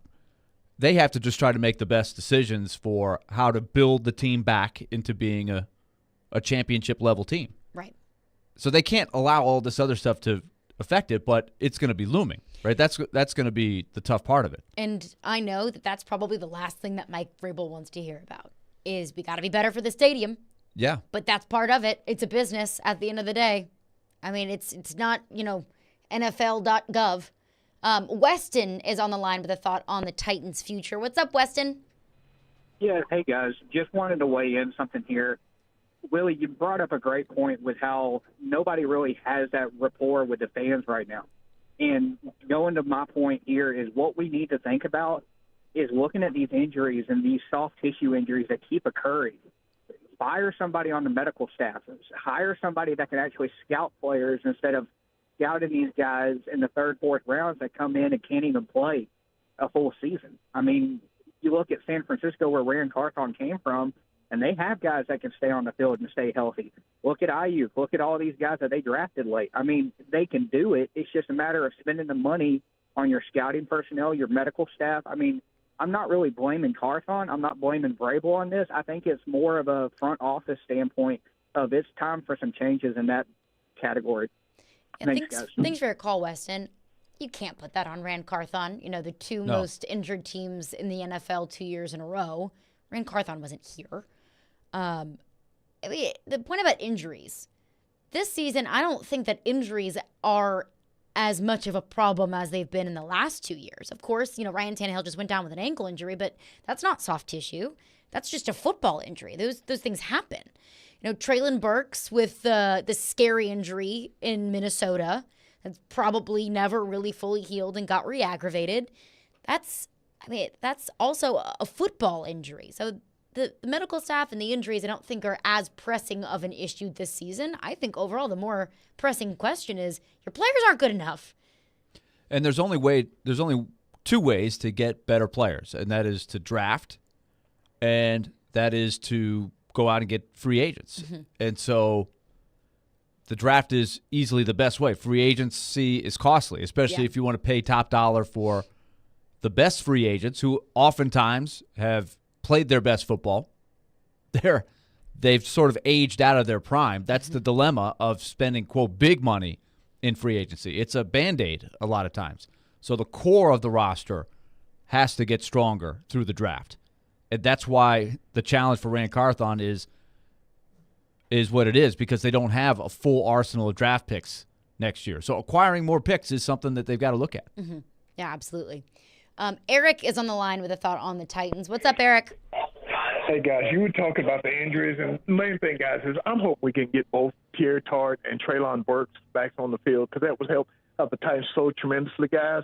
But whether it's fair or not, the narrative that's out there, and the thing that's still unfortunately going to stick in the Titans' craw, is the fact that the guy we drafted, Treylon Burks, can't stay on the field, can't stay healthy. And the guy that we got rid of to go for him, with the Philadelphia Eagles, he had his fourth straight 100-yard game, and he hasn't missed a game since he's been there. I don't know what you make of that, guys, but that's I think that one glaring thing is going to stick in the Titans' crawl just for so long, guys. Y'all take care, and we'll talk to you soon. Yeah, thanks for your call, Eric. It's so obvious that we don't even talk about it that much, but that is obvious that they did not make out well in that trade.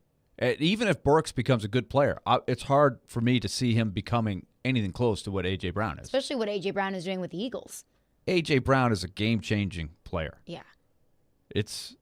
And I think I know that you could nitpick about, well, he was only a 1,000-yard receiver twice, and he missed some games. He was hurt a lot. But he was a game-changer but here, too. He made a big impact when he played. That's where Burks, the hope was when they drafted him that, okay, you're drafting the next A.J. Brown. But we know how that goes. Sometimes it works, sometimes it doesn't. I think he could be a nice player. I just haven't seen anything from him, even when he's healthy, that he is a game changer week in and week out. From what in the games that he has played. Yeah. And from what let we've alone seen the so fact far, that he's having trouble staying on the field. From what we've seen from Treylon Burks when he is on the field, in a rare occasion where he's on the field, this team's not a Treylon Burks away from being competitive. No. Like, Treylon Burks was not the difference in London yesterday. Treylon Burks was not the difference in Indianapolis 2 weeks ago. Treylon Burks is a really good player, and this team is going to have to get more from Treylon Burks. It starts with him staying healthy, but they need more from him. He needs to catch the football. He has one big play this season. Right. One. The other part of it is, who did we talk about a lot in the offseason as somebody who could help an offense that needs a spark? Chig Okonkwo. The more I watch him, the more I don't believe it's going to happen. And I hope that I'm wrong. Mm-hmm. I know he works hard. He's a likable guy. D-Mase made the all-points bulletin, but I haven't seen it. He still looks like a guy that doesn't adjust to the ball real well, that's kind of a loud runner. It's not an effortless catch. He's running full speed. I don't see it. And that's tough, because those two guys were like, oh, this is where the offense can make up ground and improve. They've gotten nothing from Okonkwo. Nothing to this point in the season. And they've got nothing from Burks, except for the one play. The one play against the Chargers. And that's not good enough. Yeah. And where is it going? Maybe when Burks comes back, he'll be more effective. You can only hope that that's the case. I'm not sure it's going to happen with Okonkwo. That's where I stand right now. I could be wrong. Well, let's get into that coming up next. How did we get here? Is it the John Robinson drafting? Was it not addressing the offensive line in free agency, or really other positions of need as adequately as maybe bringing in a D-Hop in the offseason? Is it coaching? Is it quarterback? How did we get here with the Titans? Because I think to answer that question, you need to answer that question first before you start to answer where do they go from here. So we'll get into that coming up next. And, of course, right back into your calls and text. 615-737-1025 is our phone number. Caroline, Willy, D-Mase, 1025-1063 The Game.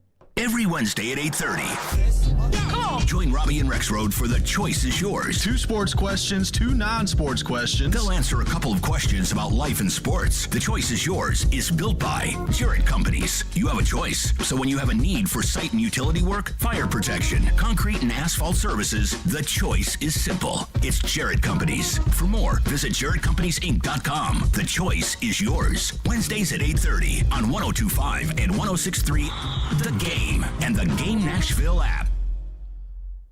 Hey, time to tell you once again about Loan Pronto.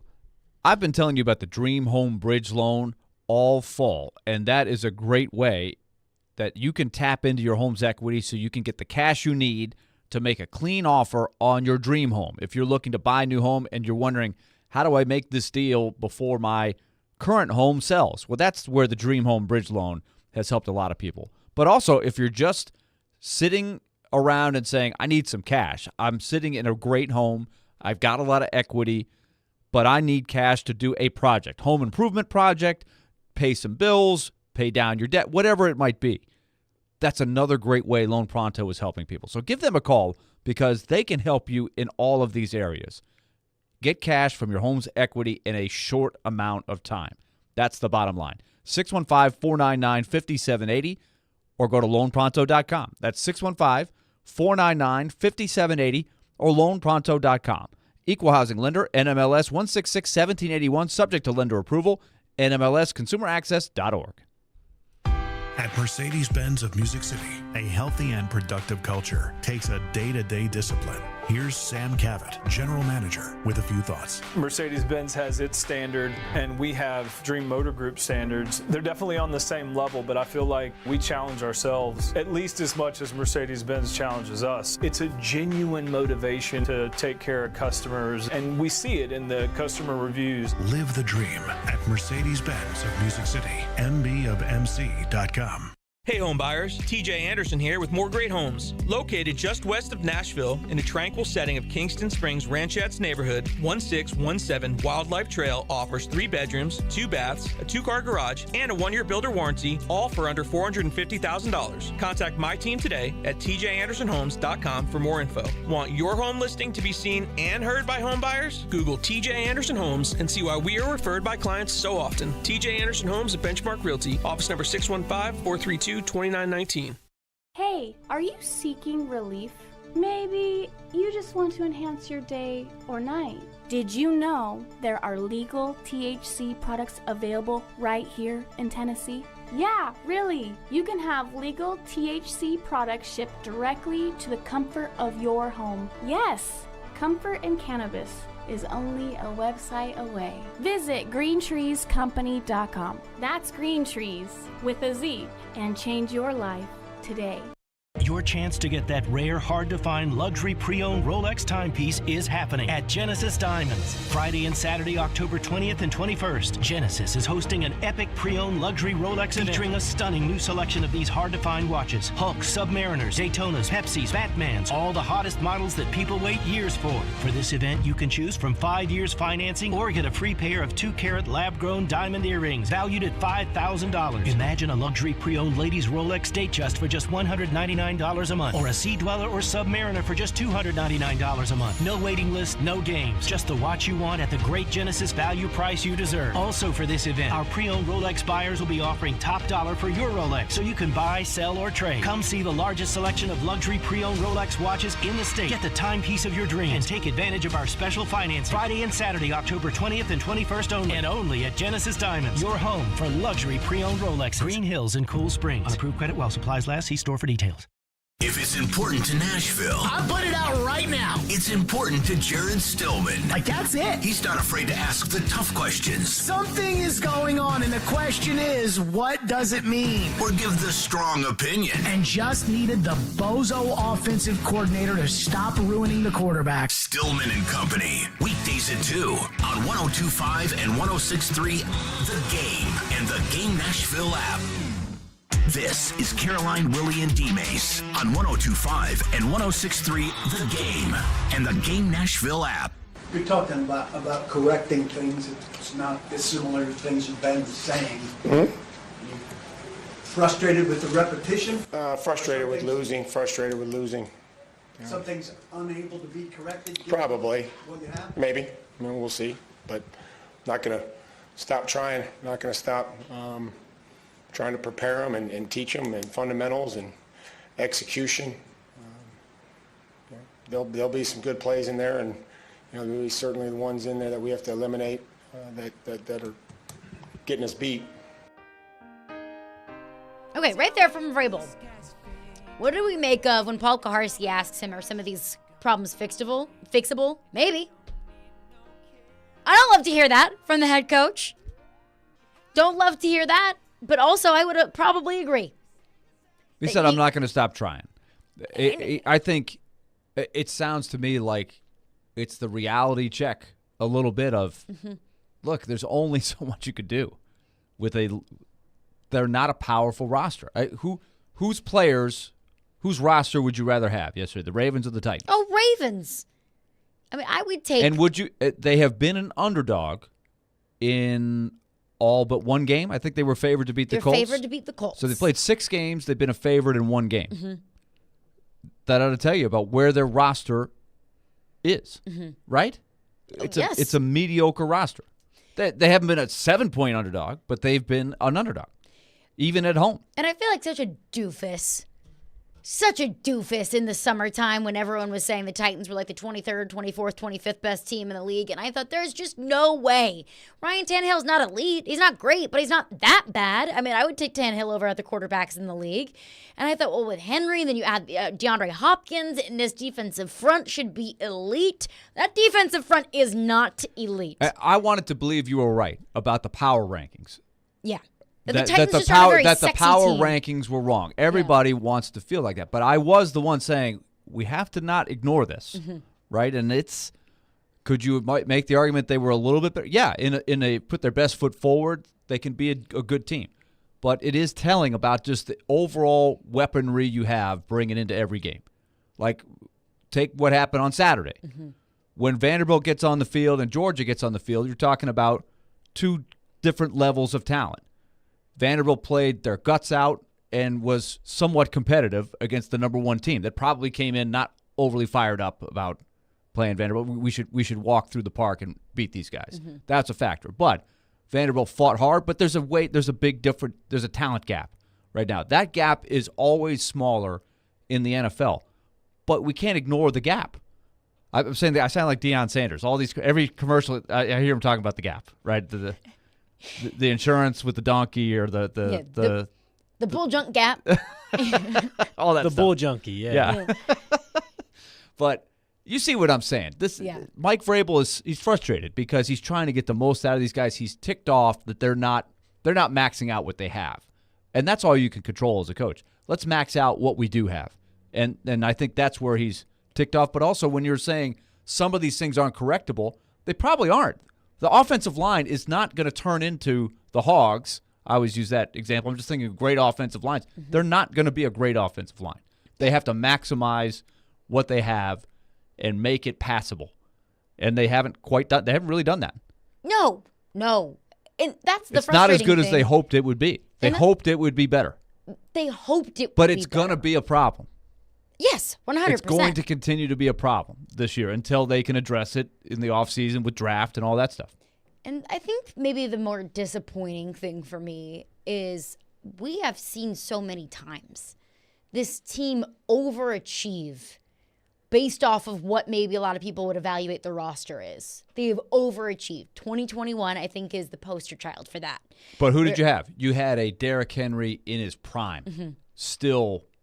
And, of course, they were good enough with the other areas of the roster that they overcame it when he missed half the season in 2021. When he got it. When you were the most injured team in the league and you had Deontay Foreman and Dontrell Hilliard trying to make up for Derrick Henry's production, and you were still the number 1 team in the National Football League. And who else did you have?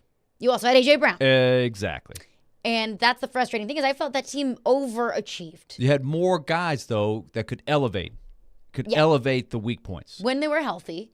Yeah. And I always thought that was kind of the identity of Mike Vrabel teams. of we're going to make fewer mistakes than you, and we're going to be tougher than you, and you might be a better football team than us. You might have the better quarterback. You might have the advantage of 75% of areas on the roster. But we are going to outplay you and out-tough you, and we're going to bully you at the line of scrimmage, and we don't care if there's a bunch of no-names on our roster. We are going to out-tough you.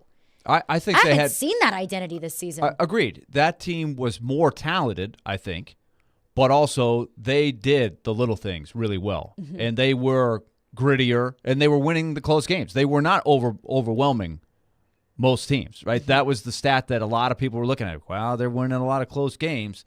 That's not easy to keep doing, but they did. But statistically, they were better than this team, but they weren't totally dominant. Right. Yeah.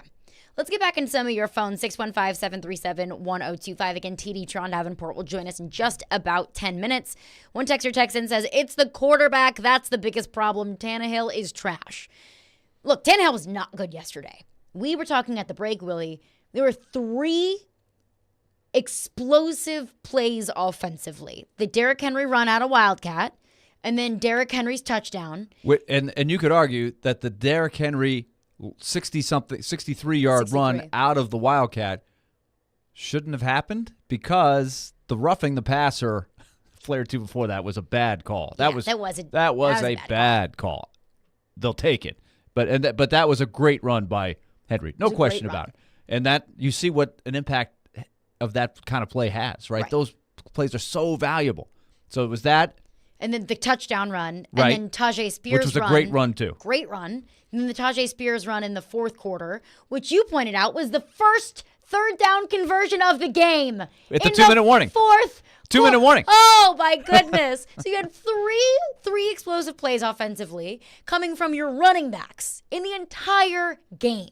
That's not good enough. And then Tannehill had the horrendous interception. That was bad. It looked like the Ravens were coming into the game saying, we are going to take away your short stuff. We're going to make it hard for you to do the things that you guys want to do. We're not going to bend and don't break. We're going to take away that short stop because we don't think you can attack down the field and beat us. And it worked. I didn't see them even really try to attack down the field in the passing game. Did you? No. And part of it is they can't protect him long enough for the guys to get down the field a lot of the time. And the shots that you did take downfield, I thought the throw. But when were the shots down the field? Nick Westbrook-Ikhine in the end zone. I guess. But that's not like downfield. That's in the red zone. Yeah, right. But I thought that was on Nick Westbrook-Ikhine. He needs to catch that. Yeah, he's got to catch that. And then the interception. That was a shot downfield. It was. But maybe a shot that you shouldn't have taken. And I know that and he had a hobbled quarterback, and he said it himself. He underthrew him. I didn't think he was open. The safety is coming over. He thought that Okonkwo was open there. Mm-hmm. I'm curious as when he went back and looked at the tape if he really thought in retrospect it was there. I saw the safety coming over, and he read it all the way. And I get it. If that throws on the money, is it there, or does that still get picked off? I don't know. If it's on the, I think that if Tannehill was healthy, he would have given it enough juice where the safety wouldn't have been able to make a play on it. Maybe it gets broken up. Yeah, or maybe you overthrow. You miss with an overthrow. Slow. Yeah. That came in a little rainbowed, which it was due to the ankle. But also, if you're Tannehill, know your limitations. Know that your ankle is not 100% and that you probably can't give that throw every bit of juice that it needs. Take the short throws. I believe it was Kurt Warner on the call who said, I thought Tannehill was getting a little greedy there. On that play, yeah. On that play. And he pointed out that maybe if you go quick to Henry in the flat, you can at least get the yard and keep the chains moving. Fair point. And, who knows what you could have made off that drive. Maybe it was nothing, maybe a punt there, maybe get a field goal there, but who knows? We won't know. You had momentum there. That was the thing. Had a ton of momentum. I would have been curious. Let's just say that you find a way to move the chains there. As the game, and even as the drive wore on, you could tell that Tannehill was really struggling to move. Like, could he have made it work on one leg like that? I guess maybe we could say he would have finished the drive, but it looked like he was done after that. Like, he couldn't even walk to the locker room. He had to get the cart. He was standing there. I felt bad for him. He's all by himself. Really sad. Yeah. And that's what Jamie Erdahl was Jamie the one Erdahl. saying, well, he looks like he's all by himself, but here's what he's doing. He's waiting for the cart to come arrive. around. Yeah. Like, it looked like Furrow, he's looking around going, "Where I got to go in the locker room. I got to do something. I can't play." Poor thing. Looked like a kid waiting for his parent to pick him up from school. And parent got stuck in traffic. It was sad. I felt bad for him. TD, Teron Davenport will join us coming up next, what he saw in the game yesterday and also where this team goes. 2-4 heading into the bye. Tannehill is hurt. And optimism, I think, is at an all-time low. But we'll chat with Teron Davenport coming up next. Caroline, Willy, D-Mase. Hey, tomorrow it is your chance to participate in Preds Pick to Click. If you correctly guess a Predators player that scores a goal in the Preds game tomorrow night, you will win a pair of tickets to an upcoming Preds home game. Participate with Robbie and Rex Road tomorrow morning at 8:45 a.m. Pick to Click, brought to you by TJ Anderson Homes of Benchmark Realty. List your home with TJ to get your home seen, heard, and sold. ElectronicExpress.com. We make it happen. The holidays are a time of celebration and Thanksgiving. It's a time to host friends and family in your home to enjoy good food and good times. The last thing you need is an unexpected issue. If you're planning a gathering this season, take a few minutes to bring out the home experts from Lee Company. For heating, plumbing, electrical, and all your home improvement needs, Lee Company has you covered. Visit LeeCompany.com today and schedule your first appointment online. Lee Company, all you need. Blue Raider fans, your home for all the MTSU football and men's basketball action is on 93.3 Classic Hits and 95.1 Classic Hits in the borough. Catch the action all season long with Chip Walters on the call. Go Blue Raiders! Nashville's Best Deals is a great place to save cash fast. Get up to half off or more on dining and entertainment at thegamenashville.com/deals. Check back often for new featured deals and save money now at thegamenashville.com/deals. When it comes to shopping for home and auto insurance, the companies that usually come to mind can only offer one coverage option. So, if you want to compare prices, you're forced to visit multiple websites just to get one quote at a time. But not with Zander Insurance. Zander is a broker that works for you, shopping dozens of top-rated companies to find you the best rates this year and every year so your price stays competitive, keeping your life simple and hassle-free. Compare rates all in one place at Zander.com, or for a more personal touch, call 800-356-1780.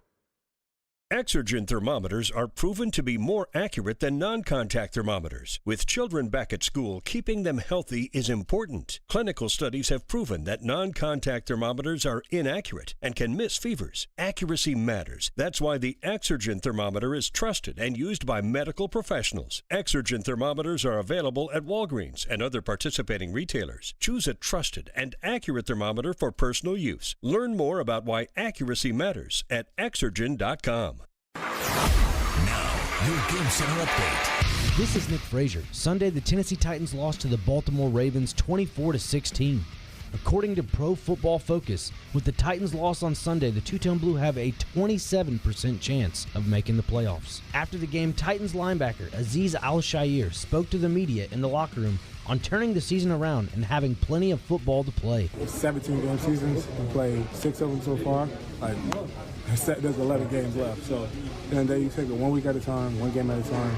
We need to regroup, take this bye week, reflect on what we've done, learn what we could do better, and then come back with a new energy when we play at home. The Titans return to Nissan Stadium October 29th to play former Tennessee Titans offensive coordinator Arthur Smith and his Atlanta Falcons. Tune in later tonight to 94.9 The Fan for the MTSU Coaches Show at 6 p.m. You're listening to 102.5 and 106.3 The Game. For more, follow us on Twitter at 1025thegame or visit thegamenashville.com. Live from the Hiller Plumbing, Heating, Cooling, and Electrical Studios. WPRT FM Pegram, WPUC HD2 Laverne. Broadcasting on Alexa. I appreciate that. And other smart speakers. 1025 and 1063. And the score! You can run different offenses. The doors on the board. Off the field, on the field. The Game. A Cromwell Media Station. Covering your teams and the news of the day. Ladies and gentlemen, This is Caroline, Willy, and D-Mace. Who is pleasant to listen to. With Caroline Fenton, Willy Donick, and former NFL wide receiver Derek Mason. You are hands down my favorite radio personality of all time. On 102.5 and 106.3, The Game, and the Game Nashville app. With no further ado, Caroline, Willy, D-Mase, 102.5, 106.3, The Game, and the Game Nashville app. We are live from the Hiller Plumbing, Heating, Cooling, and Electrical Game Studios, and we're streaming live on Twitch, Twitter, YouTube, and Facebook Live every single day. Tennessee Titans fall to the Baltimore Ravens on Sunday in London, 24-16. Titans fall to 2-4 on the season going into the bye. And joining us now to break it all down is TD, Teron Davenport. TD, I'm bummed after what I saw on Sunday. I thought it was, just dumb, stupid mistakes like the Jeffrey Simmons penalty, a drop pass to Nick Westbrook-Akine in the end zone. But overall, what would you have to look at as the biggest reason or reasons that the Titans lost yesterday and are now sitting at 2-4? Yeah, I think it was a tale of two halves. You look at that first drive, they worked their way down the field and they got the field goal, but after that, they really couldn't do much. And there were problems, offensive line-wise, Tannehill getting pressured a lot, guys not getting open at times. It was just a lot of things going wrong. And it was one of those things where the defense, as Jeffrey Simmons always says, they have to come in there and put out the fire. And they were only able to do it but so many times. You keep adding that sudden change and, those type of things. And it's a lot of pressure to put on one unit. And I think defensively that was pretty much the only group that, for the most part, showed up. Yeah, I mean, only, limiting the Ravens to one score in the red zone. I thought the red zone defense was probably maybe the only bright side of the game yesterday, but still overall, that defensive front doesn't seem to be the elite force that I expected it to be. But bringing up Jeffrey Simmons, I'm glad that you mentioned him, because in the locker room after the game, he said, we need to find out who wants to be here. We need to figure out who wants to play for the Tennessee Titans. What did you make of that? How do you interpret that? No, I think he's 100% right. They want to find out, who's going to – it's self-evaluation. And I'm actually working on a feature on Simmons, and I was looking back on my notes and just thinking about some of the things that he told me along with his brother about their upbringing and just how they've gotten to this point. And, you really understand the passion and emotion that he has. You look at last year after Jacksonville, the season finale, he broke down in tears when he thought about the adversity that he went through that season, shooting his ankle up and those type of things. So, and even if you ask the coaches, right, Terrell Williams, the defensive line coach, he always says, I put on film of Simmons rallying to the ball and what he does, and it's like, if a Pro Bowler like that could do it, all you other damn guys could do it too. That's what he says. So, yeah, I mean, it's nothing new as far as, to me, Jeffrey Simmons, challenging his team to elevate themselves. And I think as a captain, he's doing the right thing. And then even beyond that, he also said that it's not just the captains that need to step up. Everybody, whoever has something to say, that's who should step up and speak their word. And that was what was so emblematic of yesterday, because the last guy you expect to have a penalty like Simmons had happened. Like, I couldn't believe what happened there, and I kept looking back at what set him off there, and I don't know exactly what was said there, but that was very costly. Instead of a 3rd and 7, it's a 15-yard penalty, and they go in and cash in. The only time they cashed a touchdown in. So that was just poor timing there. Yeah, no, it was reactionary, and I'm not excusing it at all because you have to keep your cool. But we know Jeffrey Simmons, that engine runs hot a little bit, you know what I mean? So things happen, and he reacts. And actually, Odell Beckham Jr. knee dropped him. And so naturally, first reaction was to get up and push him. That's what happened. But, of course, the one who always gets caught is the second person who does something, not the first. No doubt about it. So, Teron, we've talked about this. It's a roster that is not loaded with talent. You're not going to confuse it with the Eagles or pick your roster that you think has the top-end talent there. They have to overachieve. And so that's what really stung about not only the foul by Simmons there, but the mental mistakes of not lining up right, even attempting to catch a punt. Like 99 times out of 100, Kyle Phillips is probably going to just catch the punt. We never think about it. But in retrospect, he might as well have just let the ball drop because there was nothing to gain by catching it. But all of these things that really set them behind, it really hurts extra because they don't have a Patrick Mahomes or somebody that is going to overcome mistakes like that. Yeah, there's no eraser. That's the big thing. And you're right, that Kyle Phillips return, that's an example of what Craig Aukerman has said multiple times is he wants the returners to be aggressive but not reckless. That was reckless.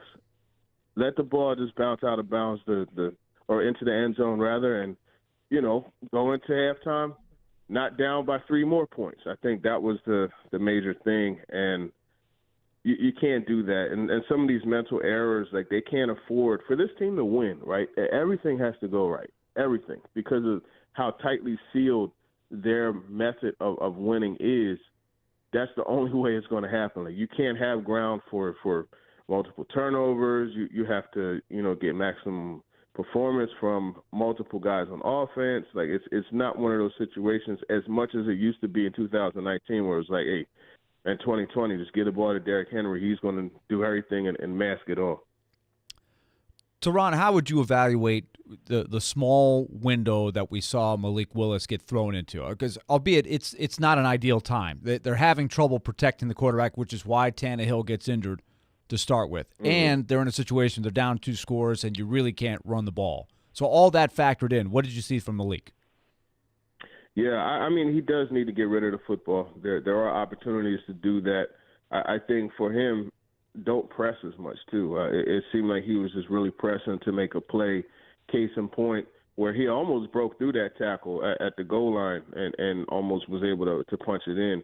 Live to see another down. I think that's the main thing. And it's easy to say that, right, when you don't have Jadeveon Clowney and Justin Murderbuke and these guys, Kyle Van Noy bearing down on you. But, you have to be a little bit more aware of the situation and know that you can't take the sack, get rid of the ball. So I don't think it's a real opportunity to get a true evaluation of him. I think if Tannehill can't go, I think Malik Willis should be the guy. Let's go ahead and see how things are for him when you game plan the full week, leading up to the game, and you have stuff installed to maximize his talent. I think that's the case, and, it doesn't work out, then you put Levis in. So that's how I look at it. It's not easy to know right now when Tannehill will be available again. I'm curious, especially going back to training camp with Levis, the time he missed, and the fact that compared to C.J. Stroud or Anthony Richardson or Bryce Young, who were getting the first-team reps, forget about how much they played in the preseason games, but they were getting the first-team reps in practice every day. And Levis was getting, at best, 1/3 while he was playing. And then, on top of that, missed several days of the training camp. So it's hard for me to even come up with any evaluation of what's happening behind the scenes. It would be a total guess. What's your sense of how he's progressed, if any, since the beginning of the season? Yeah, actually, I talked to him 2 weeks ago. I talked to him about that very thing, and he said that he's starting to see things like slow down a bit for him. What they're doing, because I talked to Charles London, too, the QB coach, they're coaching them while they're running the scout team. So they're comparing, like, different, concepts and things like that, and those types of things, and bringing them along, coaching their technique, et cetera, as they're running scout team. And they're, for the most part, splitting time, Willis and Levis on scout team reps.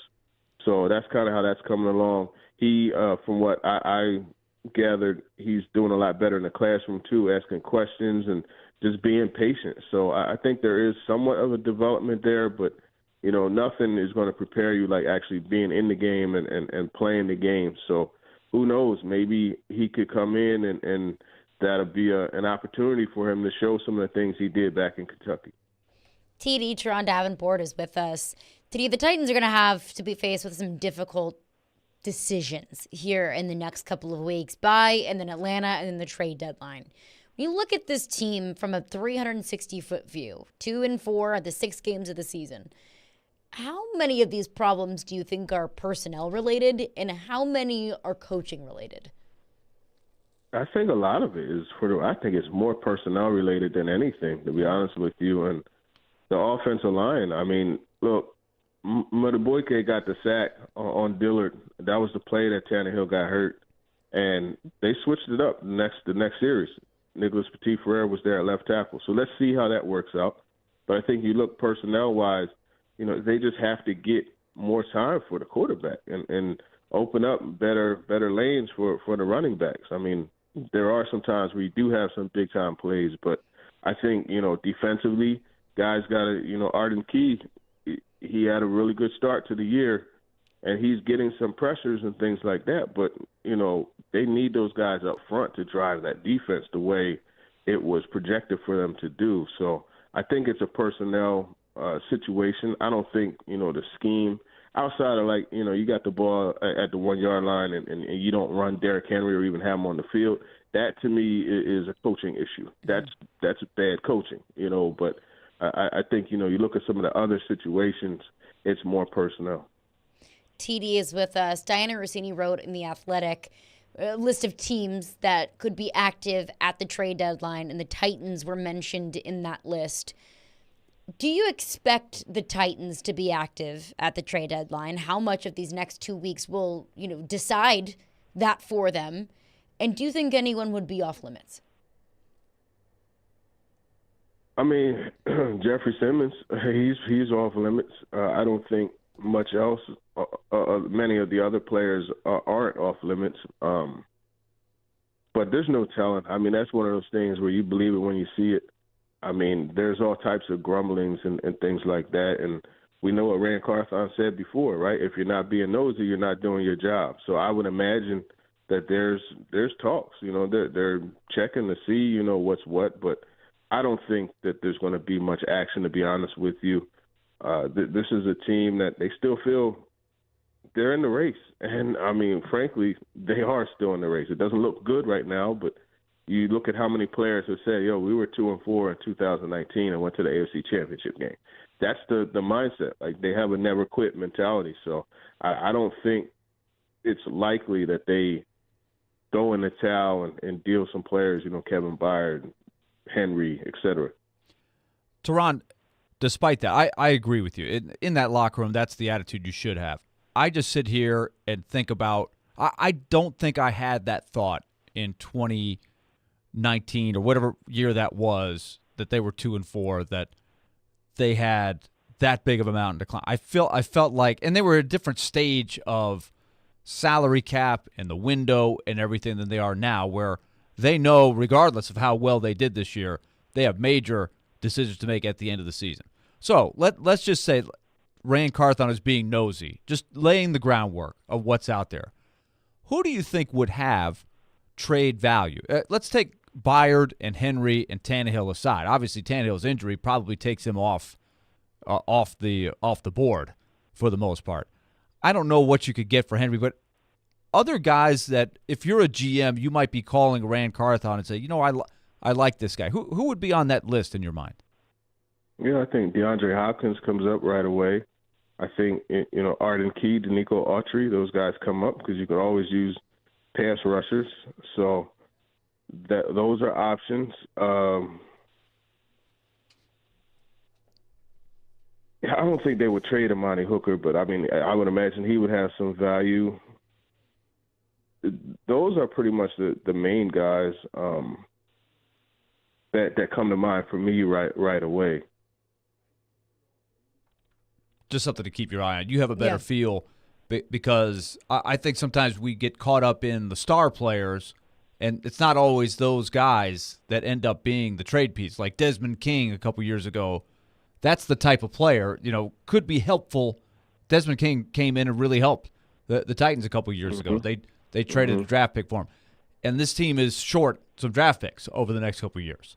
So just getting those picks, even if it's not a first-round pick or a blockbuster deal, that could be something you think about if you get to that point. And I'm not saying that they're there yet.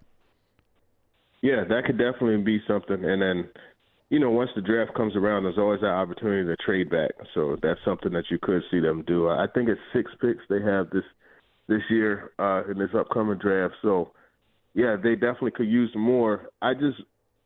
The value of trading, a Danico Autry for a 6th-round pick. I don't. Yeah. Do you really need to do that? You know what I mean? Maybe not for a 6th. If you get into a conditional 4th that could become a 3rd, then you start getting to a point where you do consider it, right? If it's a certain level of package. Yeah, but I highly doubt that would happen. Realistically speaking, I doubt that would happen. Like, they don't have guys on there that's going to dictate, whether it's age or contract or just underperformance right now. They don't have guys that's going to dictate, a 3rd or 4th round pick, in my opinion. That is one thing that I've tried to keep in mind when looking ahead at what the Titans could do at the trade deadline. It's one, is the pick that you're going to get in return more valuable than that player's worth to your team? And 2, TD, for me, I understand, D-Hop or Derrick Henry or any offensive players could be, potentially a topic of a trade conversation. But how much do you want those guys, the Henrys, the D-Hops, there for a young Will Levis coming up and having weapons for him to throw to and weapons for him to utilize as he's coming up and getting experience as possibly an eventual starter this season if Tannehill can't go? Well, yeah, that's the other thing you have to consider. Mm-hmm. If you are going to see what you have in your young quarterbacks, you need to be able to give them options to hand the ball or throw the ball too. So that's a big thing, and that's another part of how much does the pick outweigh the value of this player on the roster, helping me get a better understanding of the quarterback who, if we're not good and he's not good, then we'll be drafting early. That's the way I would look at it, if I was them. We've had a lot of texters in our text line today saying, well, Malik Willis didn't get a fair shake yesterday.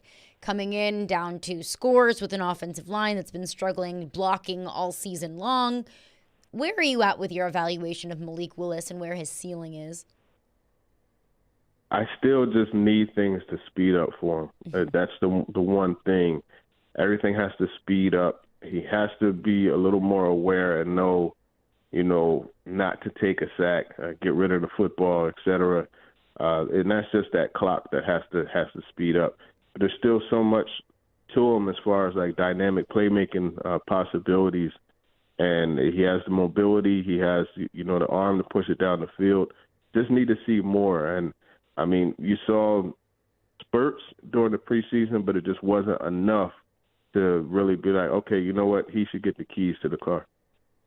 One point that Willy made earlier today was the Titans have placed so much priority and so much importance on getting in 3rd and short, 3rd and 3, 3rd and 4, that they're so much more successful on 3rd down when they don't have to overcome, 3rd and 12. And really, for the most part this season, when the Titans are in 3rd and 5 or shorter, they've been able to convert. But yesterday, I felt like, and we were discussing this, Willy and I earlier, they were in several 3rd and manageable, 3rd and short situations, but still couldn't convert. Why do you think that is? Yeah.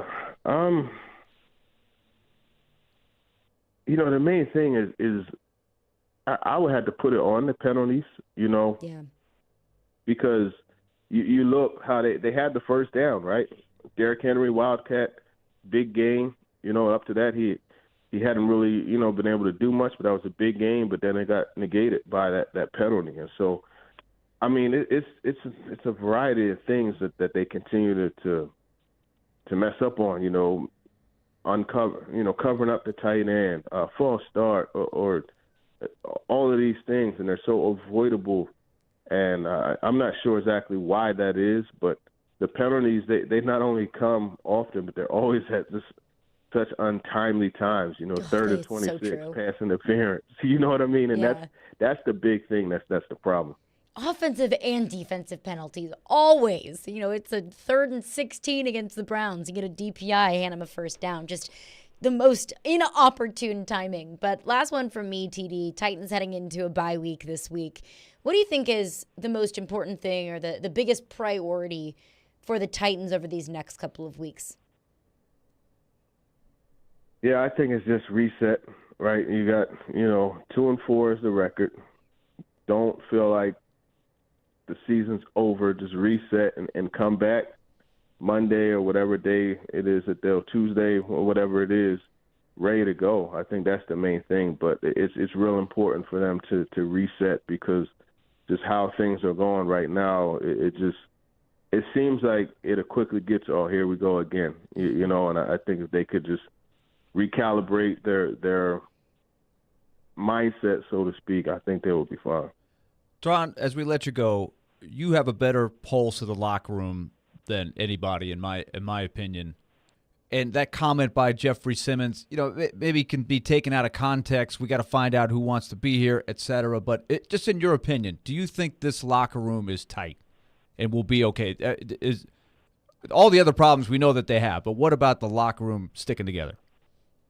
Yeah, I think the locker room is tight, and some of the things that I've seen differently from other locker rooms I've been in is like, case in point, Tierre Tart and Mason Kinsey talking about basketball, high school, how they played basketball. Mason talking about high school basketball, Tart talking about how he played growing up. You don't normally see a lot of interaction between wide receivers and defensive linemen. In fact, their lockers are on total opposite sides of the ball. I think, DeAndre Hopkins putting that pop a shot in there. It seems like a small thing, but the guys gravitate over to it and they have fun on it, and that's interaction and just I think it is a tight locker room. I mean, so you don't think it's there are people that don't want to be there? I have a hard time thinking that that's actually a problem. No, I don't think that's the case at all. TD, appreciate you as always. We missed your in-person coverage yesterday and your always thought-provoking questions in the locker room, but appreciate you for stopping by. We'll chat next week.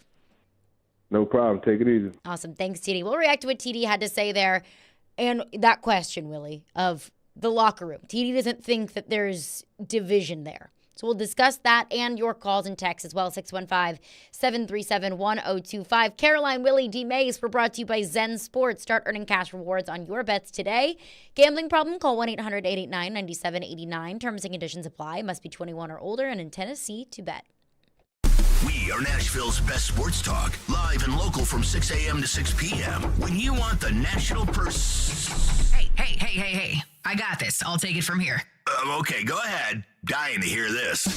We have the best national voices that you'll find anywhere. Who was more deserving of being thrown from their game? I'm odd, so I get the odd picks. They have a new coaching staff. It's not a bad scenario for them. We are 102.5 and 106.3 The Game. And 94.9 The Fan. Let's talk about F&M Bank. A little change can go a long way, especially when you're trying to save money. If you haven't checked out F&M Bank's Smart Swipe Roundup feature, it's time to. It's a really simple but a very effective way to save some bucks. F&M's debit card rounds up with the Smart Swipe. If you go for that feature, then what happens? It's a great tool that deposits change in your savings account every time you make a debit card purchase. So if you have a debit card with F&M Bank and you buy, say, your morning breakfast sandwich for $5.28 or $6.37, Smart Swipe rounds up to the nearest dollar. So you take that extra money and you put that in your savings account. And over time, you build your savings every time you use your debit card. So saving money can be hard. F&M Bank makes it easy. That's their motto. Banking made easier on purpose. So stop by one of their branches or visit them online at myfmbank.com. That's myfmbank.com. Tell them you heard it from me. Find your nearest location and take advantage of the Smart Swipe. Member FDIC. Your chance to get that rare, hard-to-find luxury pre-owned Rolex timepiece is happening at Genesis Diamonds. Friday and Saturday, October 20th and 21st, Genesis is hosting an epic pre-owned luxury Rolex event featuring a stunning new selection of these hard-to-find watches. Hulks, Submariners, Daytonas, Pepsis, Batmans, all the hottest models that people wait years for. For this event, you can choose from 5 years financing or get a free pair of 2-carat lab-grown diamond earrings valued at $5,000. Imagine a luxury pre-owned ladies Rolex Datejust for just $199 $299 a month, or a Sea Dweller or Submariner for just $299 a month. No waiting list, no games, just the watch you want at the great Genesis value price you deserve. Also for this event, our pre-owned Rolex buyers will be offering top dollar for your Rolex, so you can buy, sell, or trade. Come see the largest selection of luxury pre-owned Rolex watches in the state. Get the timepiece of your dreams and take advantage of our special financing Friday and Saturday, October 20th and 21st only, and only at Genesis Diamonds, your home for luxury pre-owned Rolexes. Green Hills in Cool Springs. On approved credit while supplies last. See store for details. Hun, we need to stop putting off getting life insurance. I know. It's just been so busy, and I'm sure the cost is out of our budget. Well, Jen told me that they got a $500,000 term life insurance policy from Ethos for less than $23 a month. All online with no complicated forms and no medical exam. All they had to do was answer a few health questions. Wait, no medical exam and all online? I know, right? It's not easy to think about, but if something happened to you, James and I would be... Okay, I get it. Let's get a quote from Ethos right now. Wow, you were right. There's no medical exam. And Ethos makes the whole online process fast and easy. And look at these rates and coverage options. It's great protection and totally fits our budget. Ethos. They've removed all the barriers from getting coverage. Go to checkethos.com to get your free online quote. That's checkethos.com. Quote based on a healthy, non-smoking 30-year-old male with a 20-year term policy. Rates may vary. At Easy Cater, we get it. Ordering food for work means you have to deal with this. Client meeting on Tuesday. Client wants Taco Tuesday. 19 people. Need vegan options. Our budget just got slashed. Meeting is now Monday. What about Mediterranean? Client still wants taco. Claire has a nut allergy. Gluten-free. Under budget. Is there vegan vegetarian, vegan, Tacos for a client meeting? Just use Easy Cater. Food for work delivered on time as ordered with a huge variety. 100,000 restaurants, one platform. Order 24/7 at easycater.com. What's happening in Nashville? This is Scott Van Pelt. You're listening to Nashville's best sports talk, ESPN 102.5 The Game. Figure something out. We need to figure out the guys who, going to fight. We need to figure out the guys who want to be out there. Not the guys that don't want to be out there. That's what it need to be. We need to reevaluate our team and, figure it out. That's the message. Let's figure it out. Who want to play football for the team.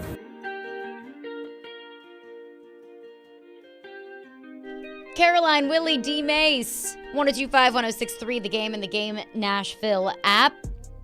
Let's give something away because today's been a hard day. It's been a tough day. It's been a tough couple of weeks for Titans fans. I mean, also, Vanderbilt got beat, the Preds got beat, although they did some good things in Boston, really had a chance against a tough team. But they came up short. You want that winning feeling. Vols won. The Vols fans feel pretty good. Vols fans feel good. So maybe they're not eligible to win this prize. I'm just kidding. We shall see. We shall see. They can win. Everybody's eligible. But if Tennessee you need fans are going to come for you, Willy. I'm just kidding. If you need a pick-me-up, right, we're here for you. We are here for you. And Chase and Big Joe have your chance to win tickets to see Kiss on Monday, October 23rd at Bridgestone Arena. This contest is brought to you by Green Trees Company, a family-owned cannabis company and dispensary providing high-quality legal THC products for anyone seeking medicine, relief, or wellness. Located in Hendersonville and a new location in West Nashville and available online at greentreescompany.com. So tune in tomorrow between 9 and 11 a.m. for your chance to win. Again, that is to see Kiss on Monday, October 23rd at Bridgestone Arena. So make sure that you are listening to Chase and Big Joe between 9 and 11 tomorrow morning. So we just heard Jeffrey Simmons coming back from break, and that was a clip that went, buku on Titans Twitter. Paul Kaharski tweeted it yesterday in the locker room of Jeffrey Simmons saying we need to figure out who wants to be here and who wants to play for the Tennessee Titans. And the first thing I thought of is, well, are you talking about anyone specific? Is there anyone on your mind that you feel like doesn't care and doesn't want to be here? Because watching that game yesterday didn't feel like everyone, all 22 were all in a united front. There were some sloppy mistakes. There were some bad decisions that were made yesterday. And now we just talked to TD, said there are some of those issues that are coaching related. 3rd and 1 in the red zone. Derrick Henry's not on the field. That it's puzzling to me. That's a coaching issue. But there were some, it's a fair question to ask of this team. Is the effort 100% fully there? And TD said he thinks that this is a tight locker room, which is a relief to hear from TD. Because I think TD would know, and I think TD would feel it. He's in the locker room, and you and I were talking at the break that players like to talk to TD. They will give him the scoop. TD has a good evaluation of where this team is. So at least is a little bit of a relief to me that TD doesn't feel like there is a division in the locker room. Because once there's a divide there, there's no repairing that. And when you're 2-4, even if you are a tight locker room, it tests it. Yeah. This is it's a when test, your culture matters. right? This is when people are in a bad mood. They're frustrated. That's where that comment comes from. I find it hard to believe that people actually don't want to be there. I think, though, that you can say, what's the buy-in? The buy-in is tested, right? Do you believe in the system? Do you believe that the offense you're running is going to work? Do you believe that the defense you're running is going to work? Are people questioning things? I think that may be more where that answer is headed than, I want to be traded. You know, I don't know if it's that. Like, and a lot of these guys, look, if they want to be here, I don't think anybody else wants you. You know, for these other teams, like you're on if an you NFL. Start playing better? You're on an NFL. You're on an NFL team, right? If you got cut today, would you get a call from somebody tomorrow? Mm-hmm. Maybe a few of the guys. I don't know, but you know what I'm saying. Like you're not in a position really to just ask for a trade or get out of there. But it's the buy-in. I think that's the case. You need everybody on the same page. You've got to have a well-oiled machine when you're a roster that lacks talent and lacks depth. And when you lose a guy here and there, they don't have Tierre Tart. They don't have Traylon Burks. Other teams are going to have games where they don't have a starter, key starter, but they find a way to overcome it. This team knows what it's like. Jeffrey Simmons knows what it's like to not have Derrick Henry for 8 weeks and still make it work. They went, 5-3, something like that. They treaded water. They hung in there, and they kept the number 1 seed without their best player. So he's seen them have success before. So they're not decimated by injury right now. They are missing a couple of key guys, but everybody is, right? That's why I think the buy-in, the frustration, some of that's coming in right now. And it will be tested over the next couple of weeks, for sure. And I hope they're frustrated. Because if you're 2-4 and you've scored, 3 touchdowns in 4 road games? I mean, that's not good enough. You should be frustrated because you should want to win. I think it's always a good sign when fans, for example, are angry about a loss because that means that the fans care. That means that the fans are bought in. When the fans stop caring that you're losing games, you put yourself in a very scary position. They start talking position. about the draft. And in October. I didn't mean to bring that up. I know you're dreading that. It's a fair thing to bring up now. I've been there. Believe me. That someday that will happen to you in an NFL market. Is it bad to think I'm kind of ready for it? I cannot do the draft in October. Don't go there, Nick. Do not go there. Sorry. Oh, that's like, college football fans start talking about recruiting and it's October. Like, no, can we please just play the games? But when you've seen some pretty bad games and an offense that's been struggling as much as it has, that's going to be a conversation that comes up. And I don't think that that's a position that both Fran Carthon and Mike Vrabel want to be in. Again, you had 3 explosive plays offensively. Came from both your running backs. I think you can be 2-4 and still say, you know what, they've had some bad breaks, but they're much better than 2-4. And even bucking the old Bill Parcells, you are what your record says you are, right? I still think you can have a 2-4 team and say, you know what, that team still is capable of going on a run. I look at this roster and I'm concerned. I'm very concerned about it, especially with Tannehill having an issue with the ankle now. Yeah. And they can't protect him to start with. They have a long list of things. The defense isn't as dominant as we thought they might be. All kinds of other things. Chikakonkwo, Traylon Burks have not taken a step forward. So there's a lot that would have to do a 180 here for them to go on the kind of run that they need to go on, right? How realistic is it? That's why there's got to be that concern. That's where it's tested. They've got 1 game before the trade deadline. And Tehran just did, I thought, a great job kind of laying out how the trade deadline can work, right? You don't want to trade everybody because then if you're going to go with a young quarterback, then you're really throwing them to the wolves, leave him no receivers? You want to, yeah. So what's the trade-off, right? If you can get something good, then you should explore that. Yeah. Even if you're only trading 1 or 2 guys and getting 1 or 2 picks, that's That's something you have to consider. And even if you don't trade anybody at all, you still need to explore it and see what opportunities are out there. You have to have an eye on the big picture here because this roster is going to be different next year. But I think this team is 2-4. They've played like a 2-4 team. They've played 2 good games with a pretty difficult schedule. Pretty difficult, but not. You're not sitting there going, "That's the number one reason they're 2-4 is because of the schedule." That's not what we're saying. Like it's not the Eagles, the Chiefs, and the Dolphins, 49ers. I mean, they haven't had murderers row. They've had a pretty difficult schedule, but it has not been a bear. And they've been 2-4. They're playing like a 2-4 team that's in 4th place in the division. And that's tough. Yeah. Phil is on the line with a thought on the coaching yesterday. What's up, Phil? Hey, good afternoon, guys. Aside from the obvious, to me, the starting every offensive series 2nd and 9, or trying to give Tannehill 4 seconds to throw down the field with that offensive line that doesn't have a chance. How did we have Kyle Phillips fair catching the ball?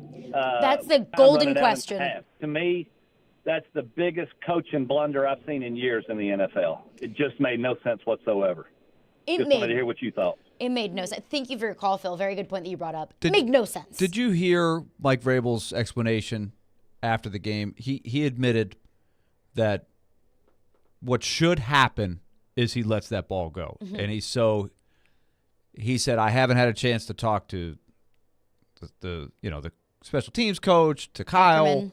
Yeah, all of those guys to find out where the breakdown is. But the question is, do you tell Kyle Phillips before that ball is punted, hey, look at the clock.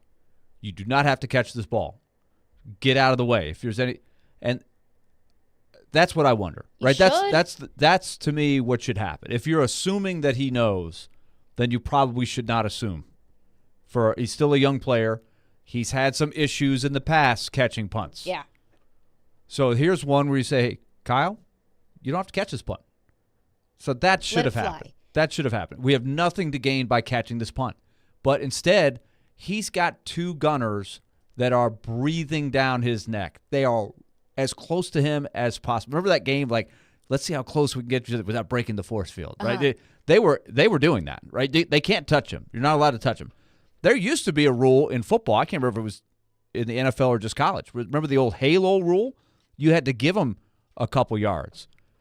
And that's not a rule anymore. So they were right on him. And I got to believe that played a factor.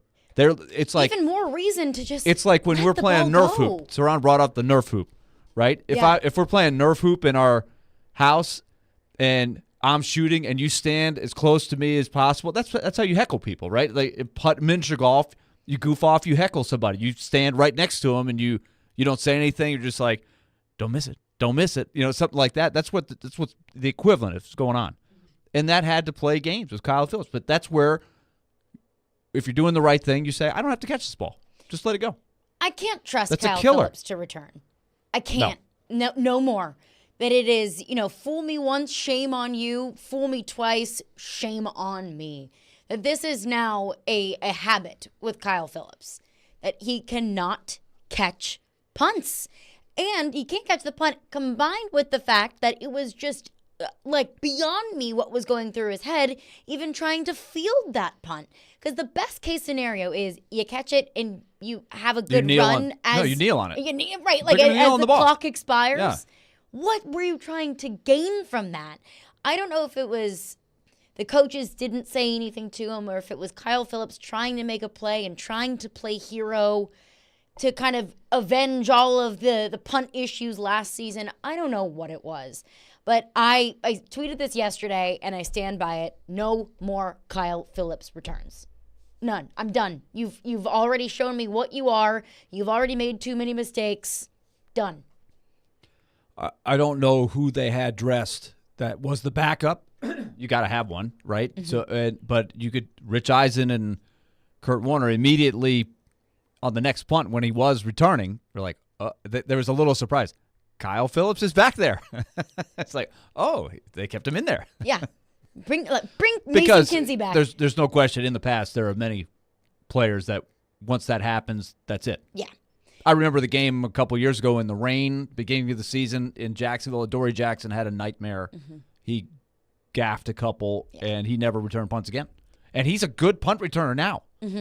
But he got the heebie-jeebies. Interesting. Yeah. That's how I look at special teams is you don't need to necessarily be the greatest special teams player of all time. It doesn't need to be your greatest asset, but it cannot be a liability. And with special teams, it is you do your job or you don't do your job. And if you can't do your job, then you are a liability to the special teams and you don't get to do it anymore. You know, if you're a wide receiver and you drop a couple passes, well, you're going to get more opportunities. Special teams, they should be gimmies. And it was a liability. And you gave up a 70-yard punt on the other punt return on the other side. So that just think about that factor. All of the problems we've talked about with the offense and the defense, and you are giving away, as it turned out, 6 more points on special teams blunders. In addition to the 3 points off of Tannehill's interception and the touchdown that the Ravens scored off of that Jeffrey Simmons personal foul. Just dumb mistakes. Dumb mistakes. Let's wrap it up with your phone calls coming up next. Caroline, Willy, D-Mace, 1025, 1063 The Game. Green right, box 2 run, double catch.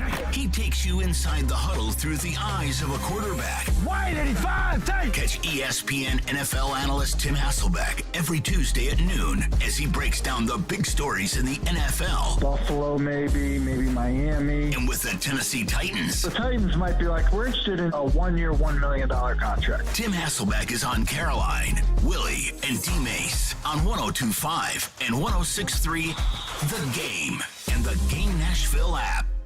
At Harbor Freight, we think you shouldn't have to break the bank to get great tools. Because we know that for some of you, tools are part of the job.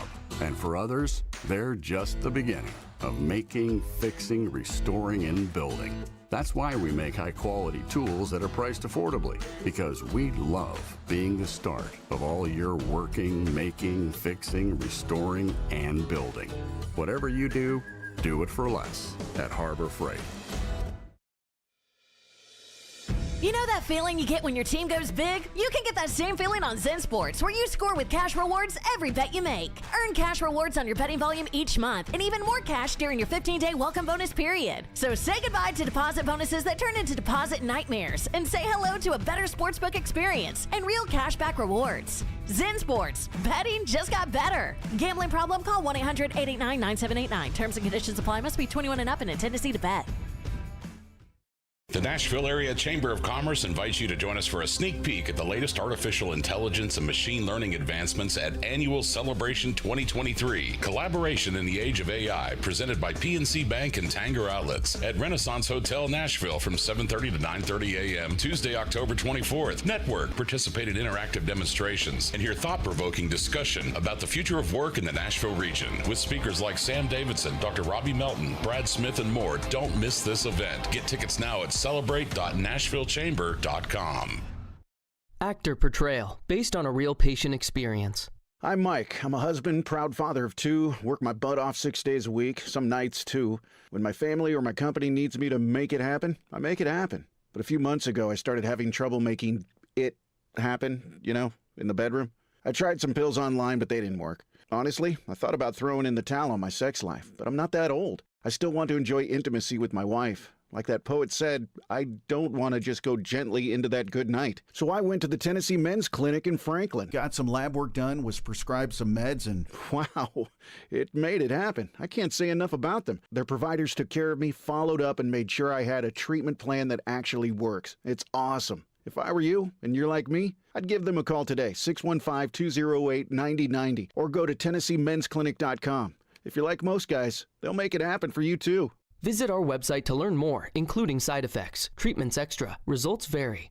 If you have unfiled taxes or are in debt to the IRS, this is important news. The IRS just rolled out a new program to help struggling taxpayers more easily resolve their tax problems. It's called the Taxpayer Relief Initiative, and it opens up powerful new options for people looking to get back on the right track with the IRS. And no one knows this program like the professionals at Optima Tax Relief, America's most trusted tax resolution company. They've resolved over $1 billion in tax debt for their clients and have the expertise and experience experience to help you. One easy call to Optima can start the process, helping to put an end to your worries of wage garnishment, asset seizure, and other aggressive IRS actions. Make today the beginning of your fresh start with the IRS. Call the experts at Optima Tax Relief now for your free confidential consultation. Call 800-343-6460. 800-343-6460. 800-343-6460.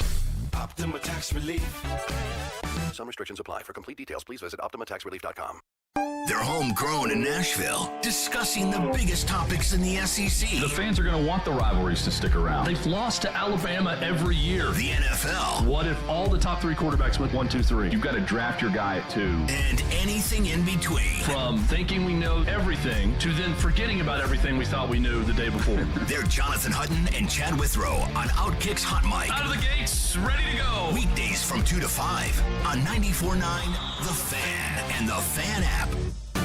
Having some fun in the midday. Okay, that's really fun. This is Caroline, Willy, and D-Mase. It's a good source of energy because it's live. On 102.5 and 106.3 The Game and the Game Nashville app.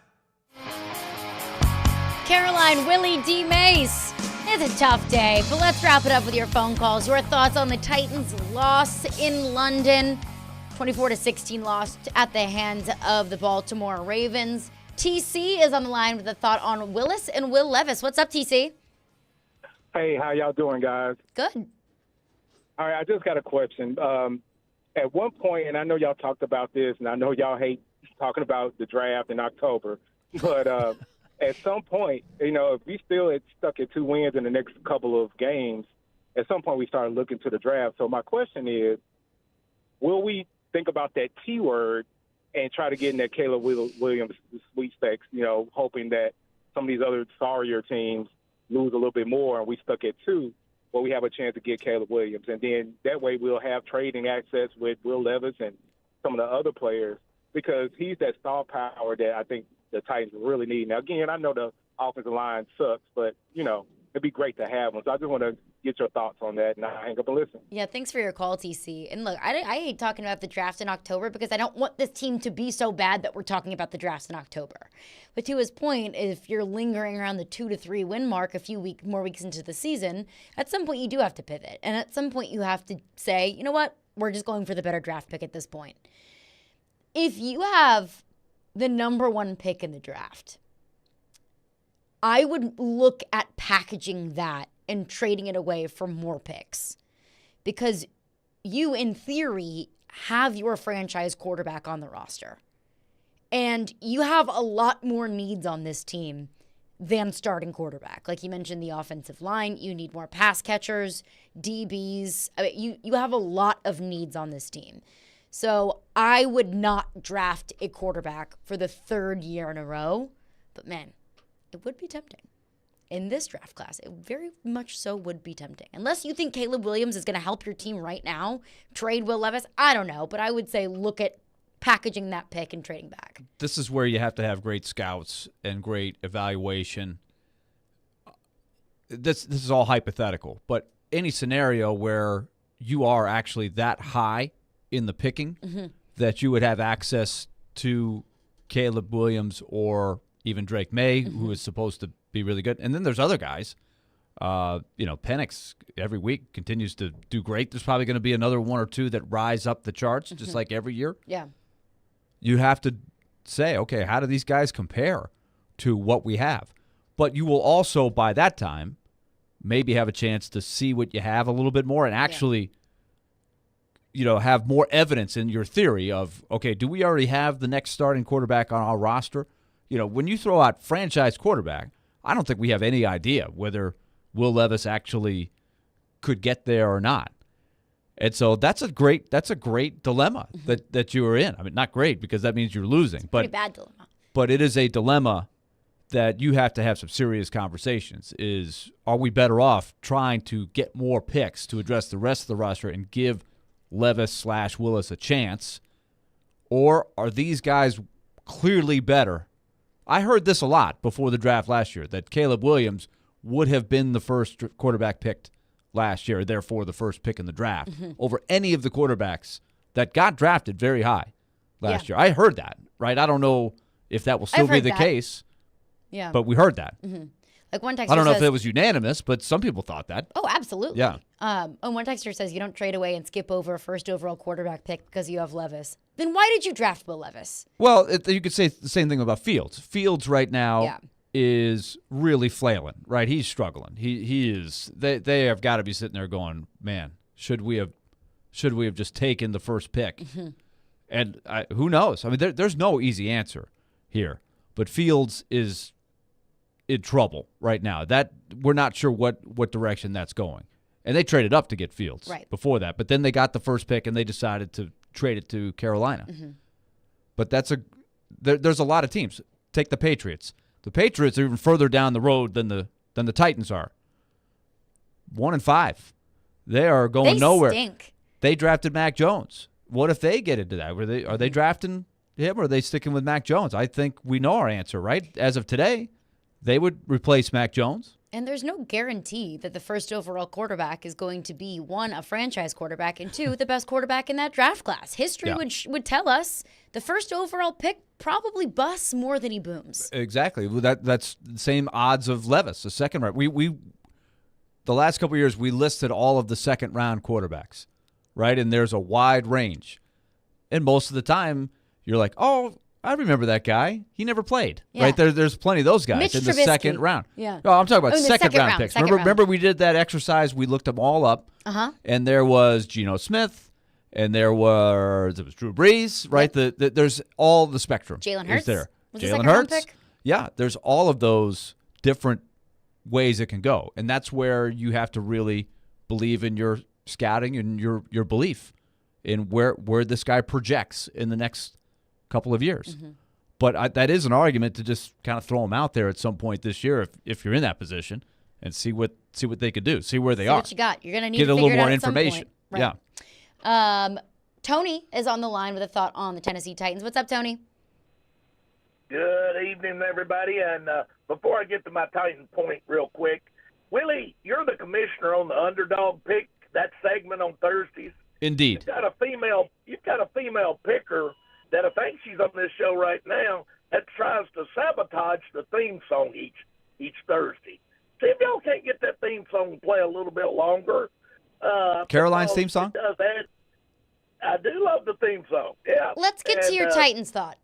It seems to be getting sabotaged. And wait, what theme song are you talking about? The actual underdog theme song? The underdog theme song, yeah. Well, I need to play it a little bit Tony, longer. we got a lot of pickers. We have limited time, so we're trying to move it as quickly as possible. Tony, we'll send you a copy so you can listen to it on your own time. Yeah, and you could probably find some old episodes of Underdog on YouTube. Oh, I know you will. Here's my deal on the Titans. Whatever happened, Willie, years ago, the 10-yard line rule, put your heels on the 10, anything over your head, let it go. Whatever happened to that rule? I'm going to hang on and let y'all talk about that. Thanks, Tony. It's a good question. That rule has changed because you used to hear that all the time, but now I see people routinely.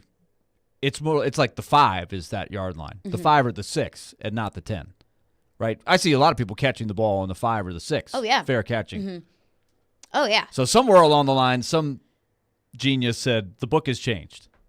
I don't really know why. I guess the punters have gotten better. The punters are just better at having the ball check up.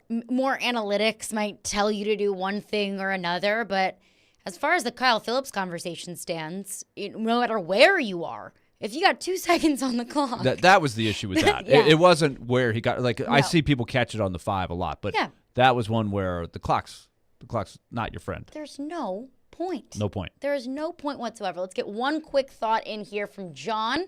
What's up, John? Yeah, what's going on, guys? Long-time listener, love the show, love everybody there. My beef is with these fans who just want to give up on the season. I remember what it was like to stink and to have meaningless football played in October.